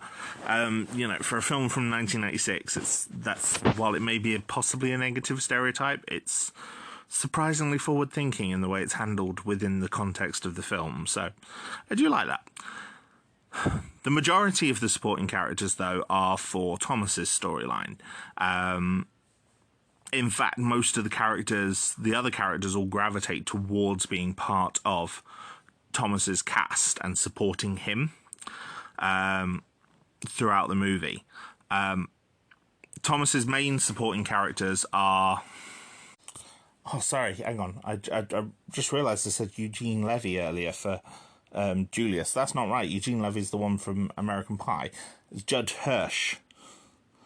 Judd Hirsch playing Julius in this. Again, another great Jewish actor. Fantastic in this role. But yes, Eugene Levy is a completely different person. But yeah, Thomas's main supporting characters obviously are his wife, played by Mary McDonnell, Marilyn, his daughter Patricia, but also General William Gray, played by Robert Loggia, who is very much a military stereotype, but is also clearly a mentor figure for Thomas. And we know that Thomas is a former fighter pilot himself and a veteran of the Gulf War. So while Gray is a Marine Corps general, it's possible that him and Thomas had some sort of previous friendship or working relationship together, because they do seem quite close, which is great. Connie is Whitmore's White House communications director. She's played by Margaret Collin. She's also David's ex-wife, which is how she connects to that character and how she's actually able to bring David into becoming one of Thomas's allies. There's also Albert Nimzicki, played by James Rebhorn, who is the Secretary of Defense. Nimzicki is a corrupt politician. Like, that's how he's presented in the thing. He's presented as someone you're not meant to like. You're not meant to just trust him, and you're instead meant to trust far more the military character of General Grey and Major Mitchell, played by Adam Baldwin, who comes in later on. And it leads to a story inconsistency, I find, which is that Nimzicki knows about Area 51 and what it truly contains, and hides that from the president until Julius mentions it in the aftermath of the first attack. And the problem I have with that as a core concept is, well, essentially the problem I have with that is that it doesn't make sense to me. In the American government or system, the government has the potential to change every 4 years. And the government, the president appoints his secretaries. So Nimzicki was his Secretary of Defense, and Whitmore does actually say that he shouldn't have appointed Nimzicki as his Secretary of Defense.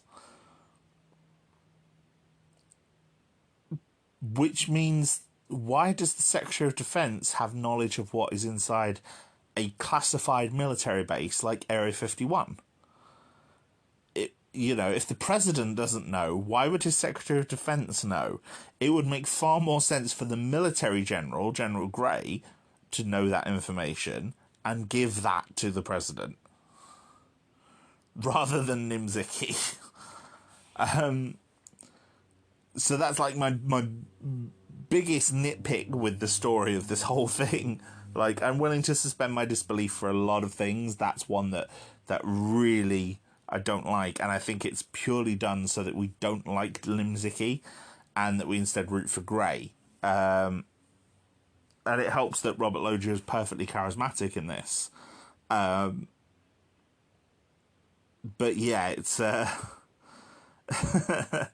it's one issue that does niggle at me.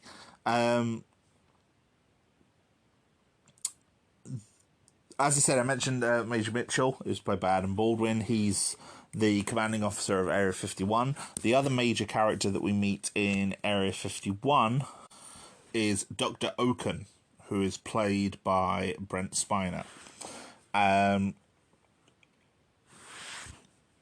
Dr. Oken is a very bizarre character, very excitable, very unkempt, and kind of excited because the alien machine is working, but also seems quite unaware of what's happening in the outside world.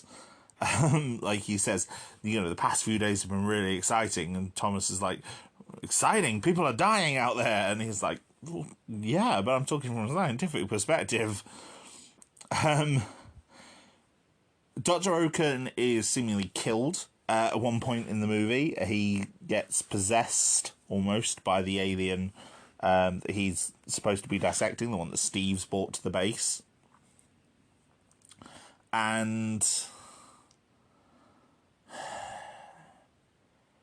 it seems to kill him, but off the back of the original film, several people, including Roland Emmerich himself and Brent Spiner, both said, oh, no, Dr. Oken isn't dead. And Dr. Oken even got a tie-in novel, a prequel, showing how he came to work at Area 51 and became the head scientist there.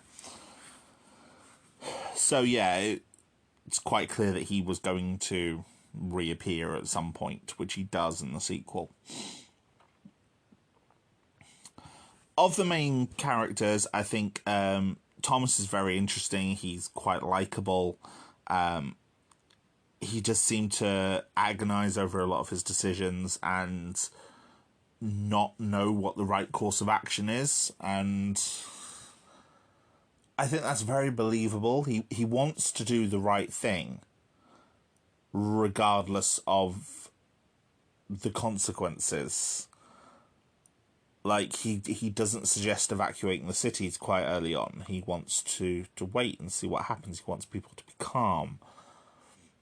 And obviously that does backfire on him. You know, his decision to use nuclear weapons is something that he agonizes about and only decides to pursue that course of action after having his life threatened. So I think yeah, he's a very good character, and Bill Pullman plays him spectacularly well, and the speech, which is the thing he's most well known for, the most iconic part of the whole character, you know, it's good, and it shows that the character is quite good at talking to people, and this is why people voted for him. He knows what the people want to hear. You know, it's a very idealized idea of what a war hero president could look like. I think the last few decades since then have shown that we don't have presidents like that, unfortunately. But unfortunately, it is what it is. I do think, though, as much as Thomas gets developed, and as much as Will Smith got the higher billing on the character sheet, I do think the central character is supposed to be David. And I think this is supported by the film, in that David is the first character shown in the film to get 2 separate scenes in succession. With every other character, they get like one scene intercut with, like, it's a scene of the aliens, then a character introduction, then a scene of the aliens, then a character introduction. David is the first one to get 2 separate scenes in succession. Like, his first scene is with his father, his second scene is at his job with his boss, Harvey Firestone's character, Marty. Marty, that's his name. And so his scenes are, as well as being, you know, 2 scenes together, they also initially seem in isolation to the wider alien plot going on. And like I said, I think those scenes also highlight quite a lot about his character. You know, he rides into his building on his bicycle. He, you know, even on the floor where he works, he rides out of the lift on the bicycle. He protests at rubbish being in the wrong recycling bins. He expresses concern for his father smoking. You get a lot of nice touches showing who the character is and what his ideals are. You know, his father passes a comment on him still wearing a wedding ring despite being divorced, and that, you know, he works as a cable repair guy essentially when he went to MIT, showing that he's very smart.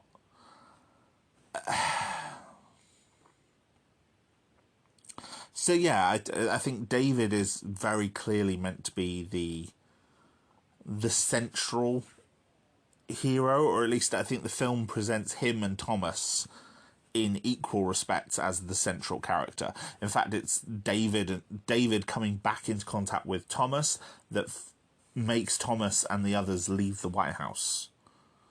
And, you know, from then the 2 of them are together for a lot of the film, whereas Steve and Russell are sort of kept off separate for a large part of it. Steve is actually the main character who gets introduced last. Russell gets 2 scenes before Steve does.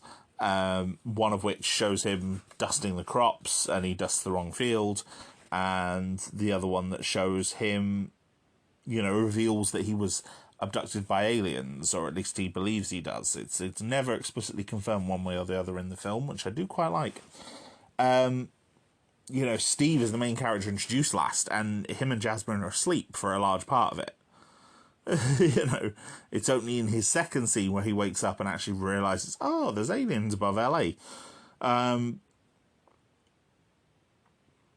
So yeah, I do think of the main characters, David and then possibly Thomas are supposed to be the main protagonists, despite how much Steve and Russell are both built up as well.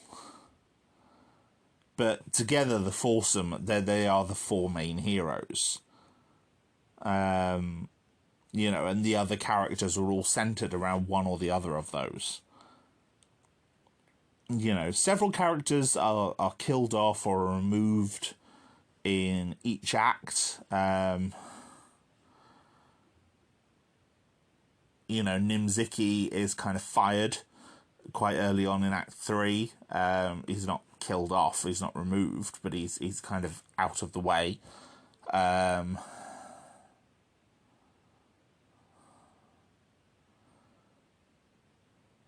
It's I think it's done well. I think it's paced well between these characters. And how they all come together at Area 51 also feels very, very natural. David comes to the White House, saves Thomas.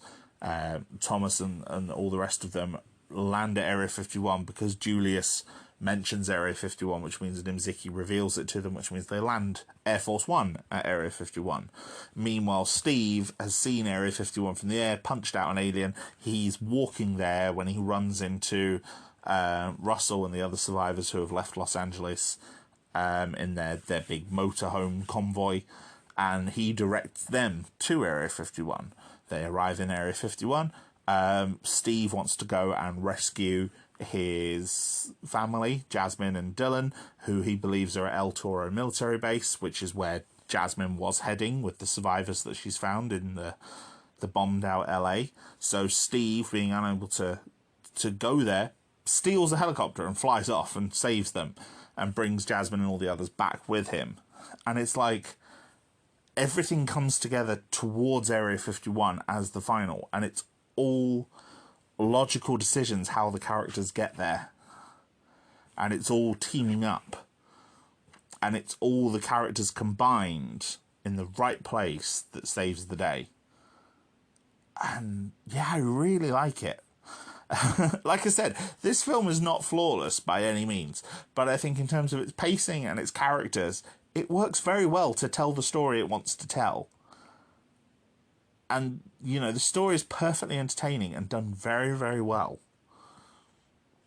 So I have a lot of respect for it. The sequel, though, whoo boy, nowhere near as good. For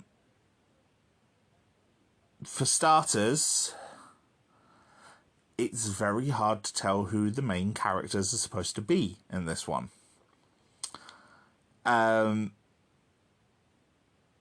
We have a new president, but she doesn't last very long. She gets killed off about halfway through the film.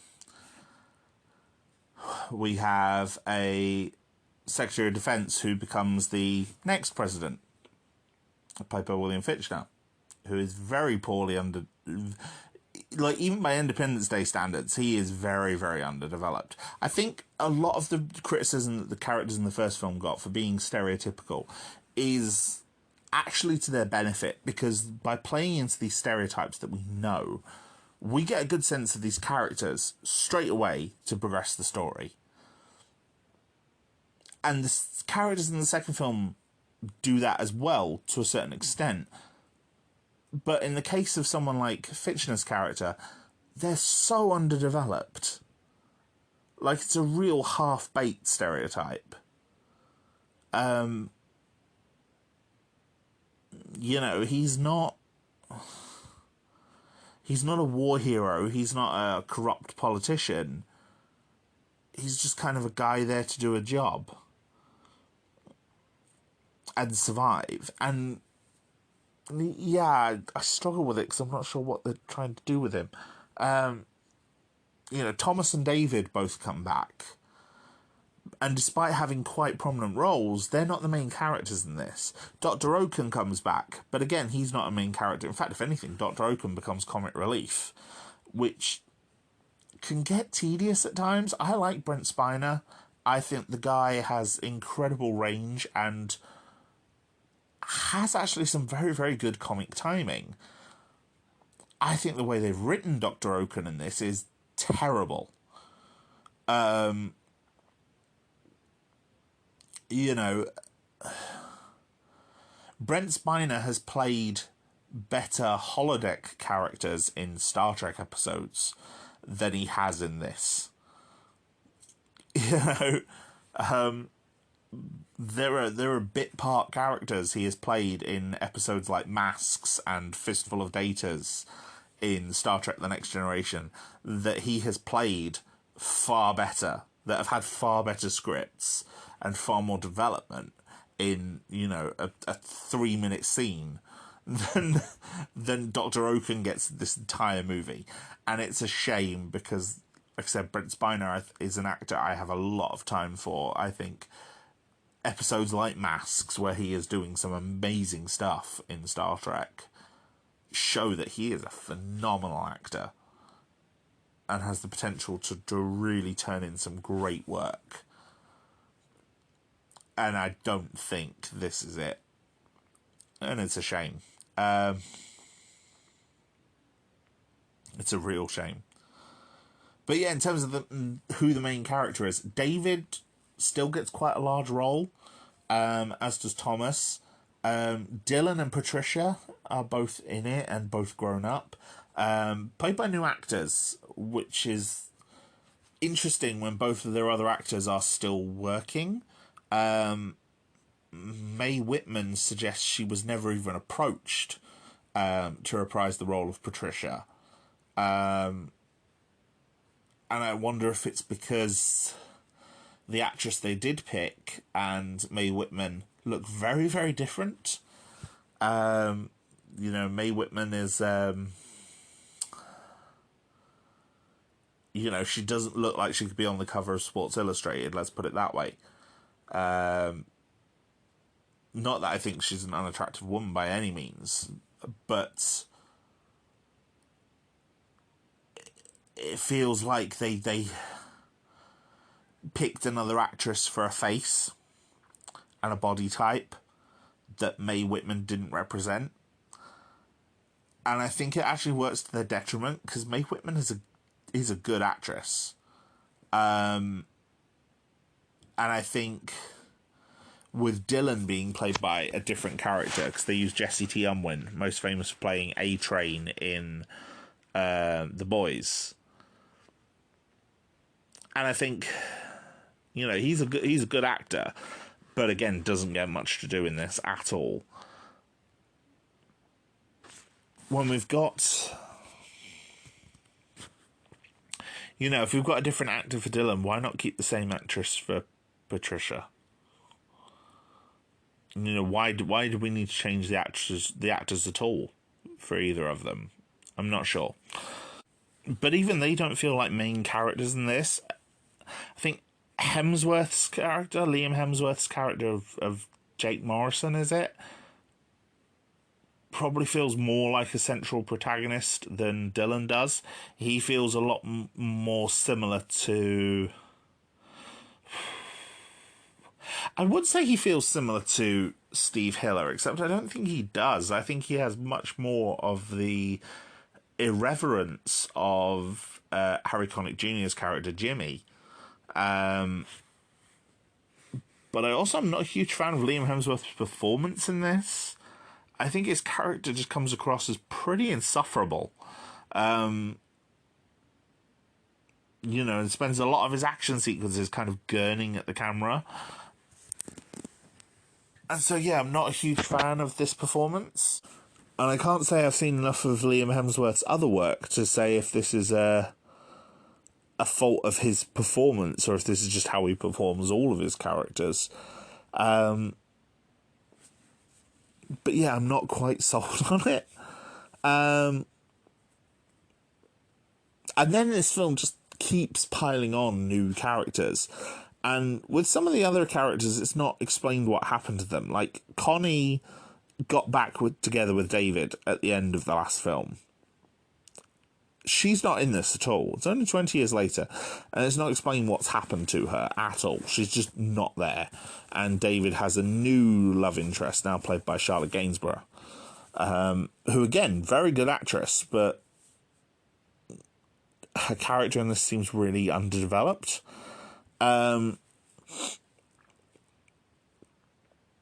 There's...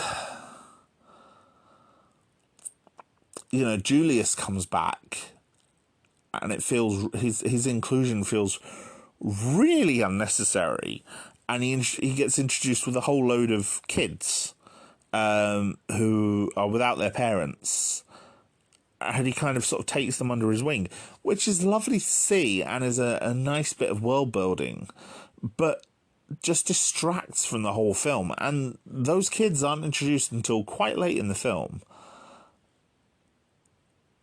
It's over halfway through. And it just feels like a kind of a left field inclusion. Although I do like the fact that Julius wrote a book about how he saved the world, and I think that's great. But he feels like Julius is included to fill a quota of returning characters. It's the same way Vivica A. Fox comes back as Jasmine, and in this she's a doctor now, which is great. I love that character development. She saved people in the aftermath of the thing in Los Angeles. She had the president's wife there who was obviously injured, and she couldn't help her. And so she's learned how to become a doctor. That's great. I think that's tremendous character development. It follows from a lot of other people that I've read who have gone into medical profession because someone was injured around them and they couldn't help. And they wanted to. And so they decided to study medicine. And I think it's great. And I love that aspect of the character. But introducing her in this and then killing her off as quick as they do does very little to the story. She's killed off just to sort of motivate Dylan, which then means she's essentially fridged, and I hate fridging as a trope. But also, I don't think she does motivate Dylan very much. He seems over her death within 3 scenes. Within his next 3 scenes, he seems to have completely forgotten about her. And he's there's a lot of joking and banter with the other pilots. There's a nice little inclusion in the backstory that a lot of these characters are war orphans, including Liam Hemsworth's character of Jake and his best friend that I've forgotten the name of because he was very forgettable. And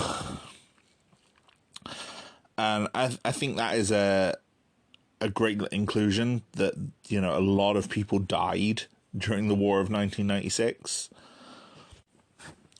I also think there's a very obvious catering to Chinese audiences, which is evident in a lot of films at this time. The Transformers sequels became very egregious with it as well. There's a couple of major Chinese characters who speak in Mandarin, and it's great. And I do appreciate that, the first film had this very, very American tone, so the inclusion of more Chinese elements suggests a more worldwide tone. Great. Love that. However, if that's the case, why can't Liam Hemsworth use his original accent? Why can't they just make his character Australian? It's because it's very obviously just pandering to the Chinese market. You know, if they really wanted a worldwide focus, you know, Liam Hemsworth's character. I mean, because they also include an African character and Charlotte Gainsbourg's character, who is, Charlotte Gainsbourg herself is British and French ancestry. So, you know, she's got that nice mixed accent as well. So there is more accents and more of a worldwide focus in this in some parts. But then they undercut that by having Liam Hemsworth play an American good old boy, where it's like, just have him be an Australian.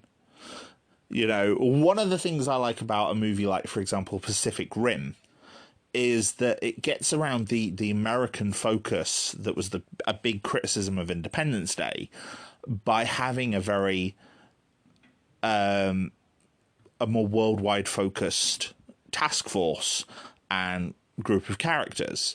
You know, the main characters in something like Pacific Rim, there are a couple of Australians. There's a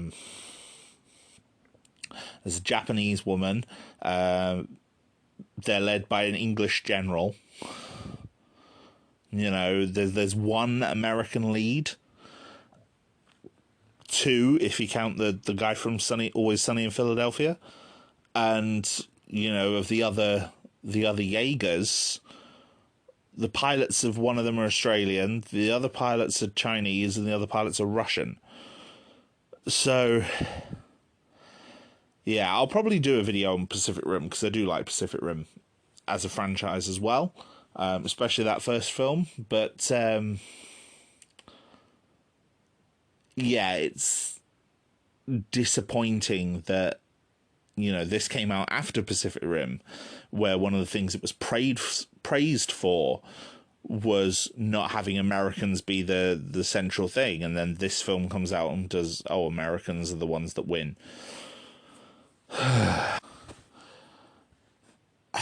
There's only one character in this, though, that I actively hate, which is the character of Floyd, who's like a money man who's following David around on his expedition to Ubuntu. And I'm not sure why he's even in this, really. It's a character who should have been gone by the end of Act 1. Because he essentially becomes like another comic relief character. And it already feels like there's a few comic relief characters in this. I think a large part of keeping Floyd around is to have him be the sort of zany sidekick to Dikembe Ubuntu's straight man. Because Ubuntu is... He's very straight. He's played as a warrior archetype, and a very haunted one at that. His performance is quite good. And, you know, his character is quite good. And he's a character archetype that we didn't really see in the first film. And then they pair him with Floyd, who's the most tedious character in this. I mean, Floyd's also the one who activates the sphere, where it reveals that, oh, you know, it's a race of aliens that are fighting the Harvesters. Yeah. I'm not a fan. There are some good things done with the characters in this, though. I really like that Okan and his partner are revealed as lovers. The partner being another scientist who appeared in the first film. And, you know, it's a nice little retcon. And there's some cute moments between them, which are really sweet, like, character moments.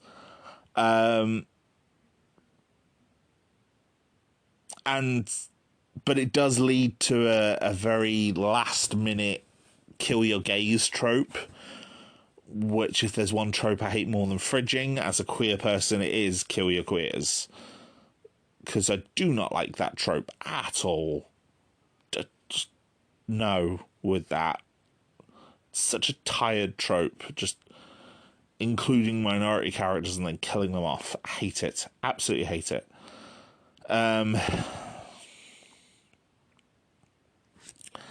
There's also a very, very clever scene where Whitmore basically does like a Batman-like stealth out of the room. You know, he's in the room with Oaken and Patricia and a few others, and they're talking about the alien captives they've got in Area 51. And then all of a sudden, like, Whitmore disappears out of the room, and the system's like bringing an alien to him. And it's like he's taken over the system to meet the aliens within seconds in a crowded room with no one noticing, and he just, like, absconds to disappear mid-conversation. He does all this. And it's just... It's bizarre, but very fun.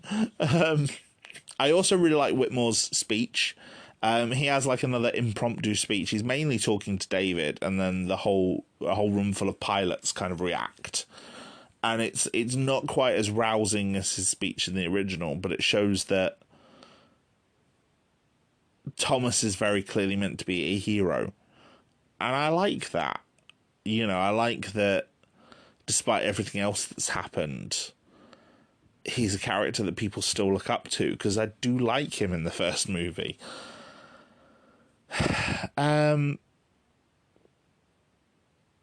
The pilots have this stupid rivalry, especially Dylan and Jake. They have this really stupid rivalry that's supposedly similar to David and Thomas's in the first movie. But the exposition for it is just, like, way more clumsy. You know, the scene where David meets... You know, he comes into the White House with Julius and he's meeting Connie, and Connie says, "I'll go get the president. Don't hit him this time." And it's like, what, you punched the president? It's a very clever scene, and it's kind of explained that, yeah, David thought that Connie was having an affair with Thomas and punched him. And this was before he was president, but while they were working together. And, you know, it's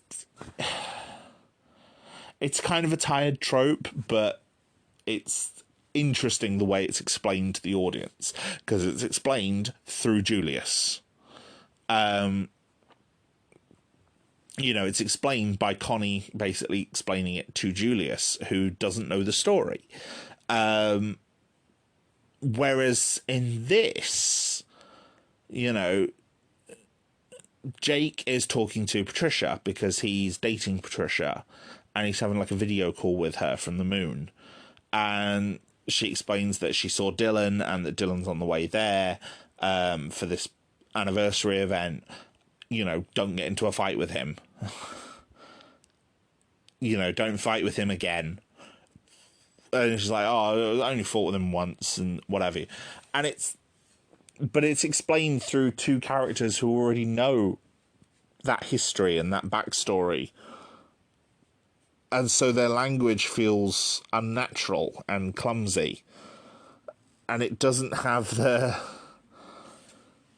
same believability that it does in the first film.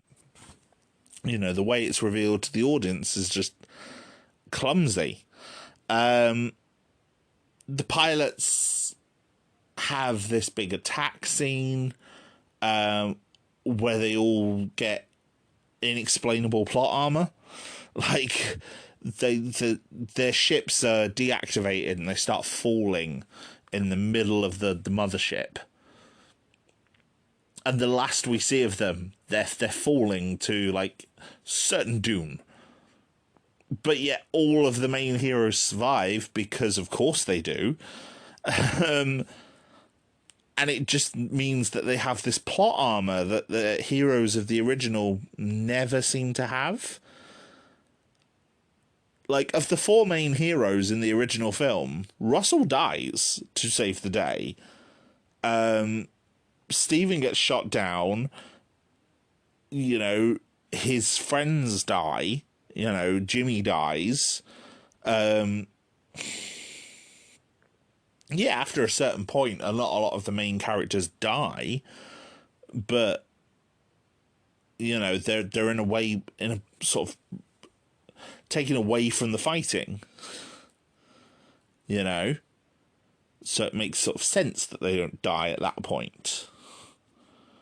But, you know, when you have the big final battle, it looks like for a while that Steve and David are going to die. Russell does die, you know, so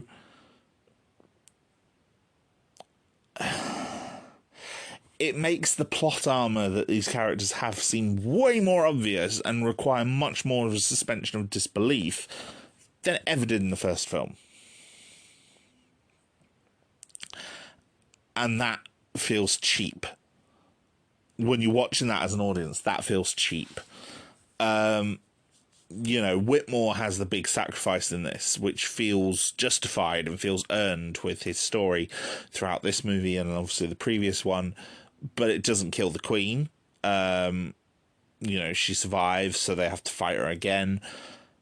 There's also, when the pilots leave the mothership, I swear they had more of them at the start, and they all kind of jumped into ships, and like I remember 4 ships taking off. But when they arrive in the final battle after being absent for a while of screen time, but that's another point with this movie. The cast feels so much bigger, so it feels like they're having so much more of a chore juggling it. And it's like the nameless pilots in these other 2 ships seem to die. Like, they just seem to disappear. I don't recall them escaping the alien mothership. Just our 4 main pilots who were in 2 ships. And they all survive the final battle, as does Floyd and Dikembe and David and Julius and the busload of kids that were with them, and Patricia and all these other characters who were involved in it. It feels cheap. It feels really cheap that there's no real weight to any of the stakes. There's no stakes in this final battle. Everyone lives really effortlessly, and it just leaves the whole film feeling weak. And it's really disappointing. Because yes, there's only really the one main death in the first film towards the end in that final battle. But we do see other pilots die, and there's far fewer named characters involved. Most of the named ones are away from the fighting. They're inside the base. They're inside Area 51, controlling events. You know, of the ones that are involved, of the named characters that are involved in the battle, which are the President and Russell, one of them dies. In this, the named characters involved in that battle is Patricia, Dylan, Jake, the other 2 pilots, I've forgotten the name. I think the Chinese one's called Rain, and I want to say Charlie for Jake's friend, but I can't remember. David, Julius, Thomas, Floyd, and Mbutu. And of them, only one of them dies, and he was the only one who was planned to die from the start. There should have been more loss to feel more stakes, and it means that the ending of this film feels really unearned, and that's even before you get to the sequel bait, and even before you get to the fact that they steal the final end title song from the first film because it's so much better. And that doesn't feel earned. The ending of that first film feels earned. You've put a lot of time and effort into these characters and their struggles and their journey to get to it. In this one, nothing. It's probably the most disappointed I've been with a film and a sequel, because, like I said, I really like the first film. I find it really memorable. And while it's cheesy and camp, I love it, and it's definitely flawed, but it's also really good. This is not. And yeah, not a fan. At the end of the day, I think that one of the biggest things that the first Independence Day has over the sequel is a strong central theme. Despite elements of that first film that reek of American jingoism, there is a rather large theme of all of the human characters coming together, despite their differences, relying on each other due to those differences to work together to overcome the alien threat. And I've commented on this already. I mentioned how all the characters came together in Area 51, and it's all done to bring these disparate elements of humanity together and have them fight back together. As much as that parodied speech, and has elements of the American jingoism, saying that, the 4th of July will no longer be an American holiday. I think the intention there is that, this is bigger than just America. It is a human effort. And it's rather optimistic, despite the way it's presented. And yes, Americans are the ones leading everything. They're the ones saving the day. It's not perfect. It isn't. It really isn't perfect. But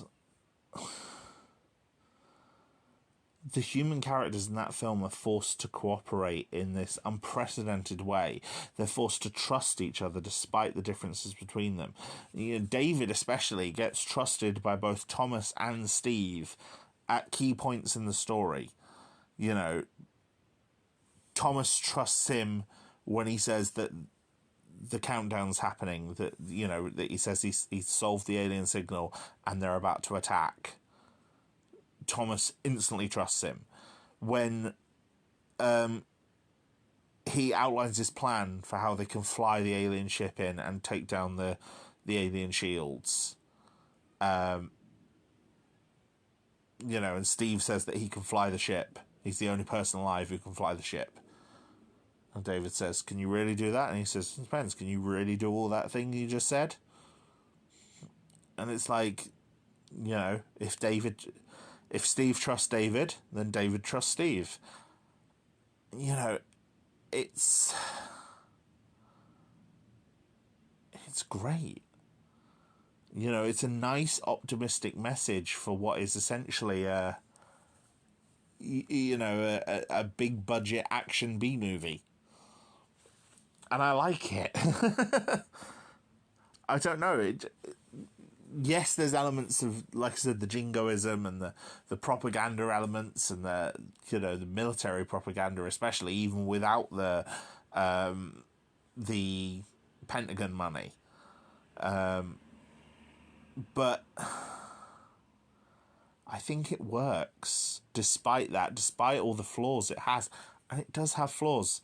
Like I said, I'm not hiding the fact this film has flaws. It does have flaws.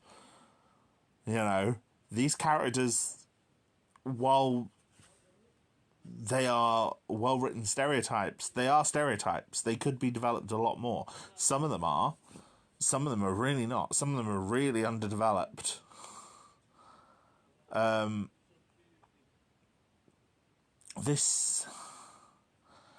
I do think the film is memorable. I think it's worth your time. I think it's worth a watch. I used to watch this film quite regularly. The terrestrial broadcasting networks in the UK used to have a habit of putting it on around Christmas. And it would be one of those films that they used to kind of bulk out their Christmas programming here, and over Christmas and New Year. And yeah, for a few years I ended up watching it like once a year because there wasn't much other good TV on it over Christmas and New Year. It's all Christmas specials or old films. And in terms of the old films, you know, Independence Day was not one I minded revisiting at all. The sequel, though, I don't think I'll ever watch it again. I've watched it for this, but I have no overwhelming desire to ever go back to it.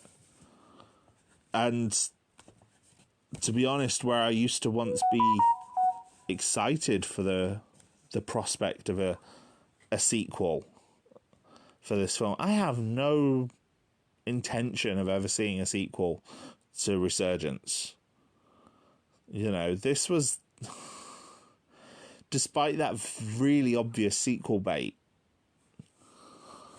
you know, despite the alien intelligence suggesting exactly that sort of coming together despite your differences, that, you know, that it wants for the humans and the other aliens it's rescued from the Harvesters. Despite all of that, no. This film just left me cold. That first film, when I saw it originally, it played on my mind. Like, the concept of these aliens and how they attacked. I tried to think how, you know, the Harvesters, as they're called now, how these Independence Day aliens, how would they fit in other stories? Like, what would happen if a city destroyer like that appeared over New York in the Marvel Universe? Or over Gotham in DC? Or Metropolis? You know, that sort of the cross-pollination of ideas. You know, how would these aliens fare against the Federation in Star Trek? You know? These things played on my mind. These creatures played on my mind. The threat they posed played on my mind. To the point I wanted to see more of it. And now I don't. It's... any interest I have in this property is confined to that first film. You know, the characters, the world building. You know, even when I used to think about what the world might look like after Independence Day, you know, after they beat them in the end of 96, how did they rebuild? It's not how they rebuilt in that film. I have so many issues with the way that Resurgence presents the world almost unchanged 20 years later. I mean, there's plenty more advanced technology, and we've got bases on the moon and Rhea, which is one of Saturn's moons, but okay, fine. That's kind of cool. We're exploring space more. I like that. But Washington, D.C., New York, London, Paris, they've all been completely rebuilt. Why? How? You know, America is still the central, most powerful government in the world. Okay, how? Why? It doesn't sit well with me. And I do think it affects the whole franchise, and it affects my perception of that franchise, and I think it will affect millions of other people's perception of that franchise.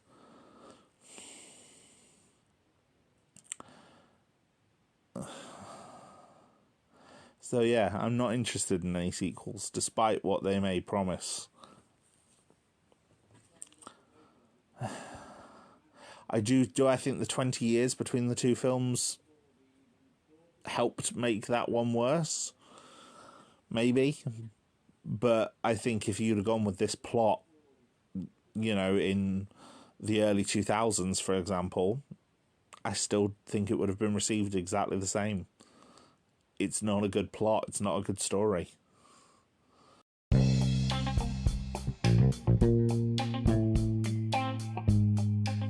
As ever, what are your thoughts?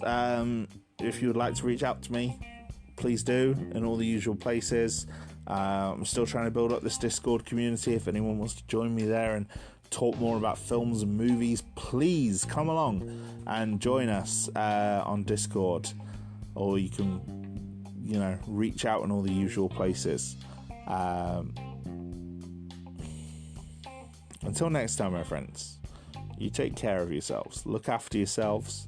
look after your mental health, and most importantly, as someone struggling with my own, it is a key thing that we all need to look out for. So, yeah. Look after yourselves, my friends. Until next time.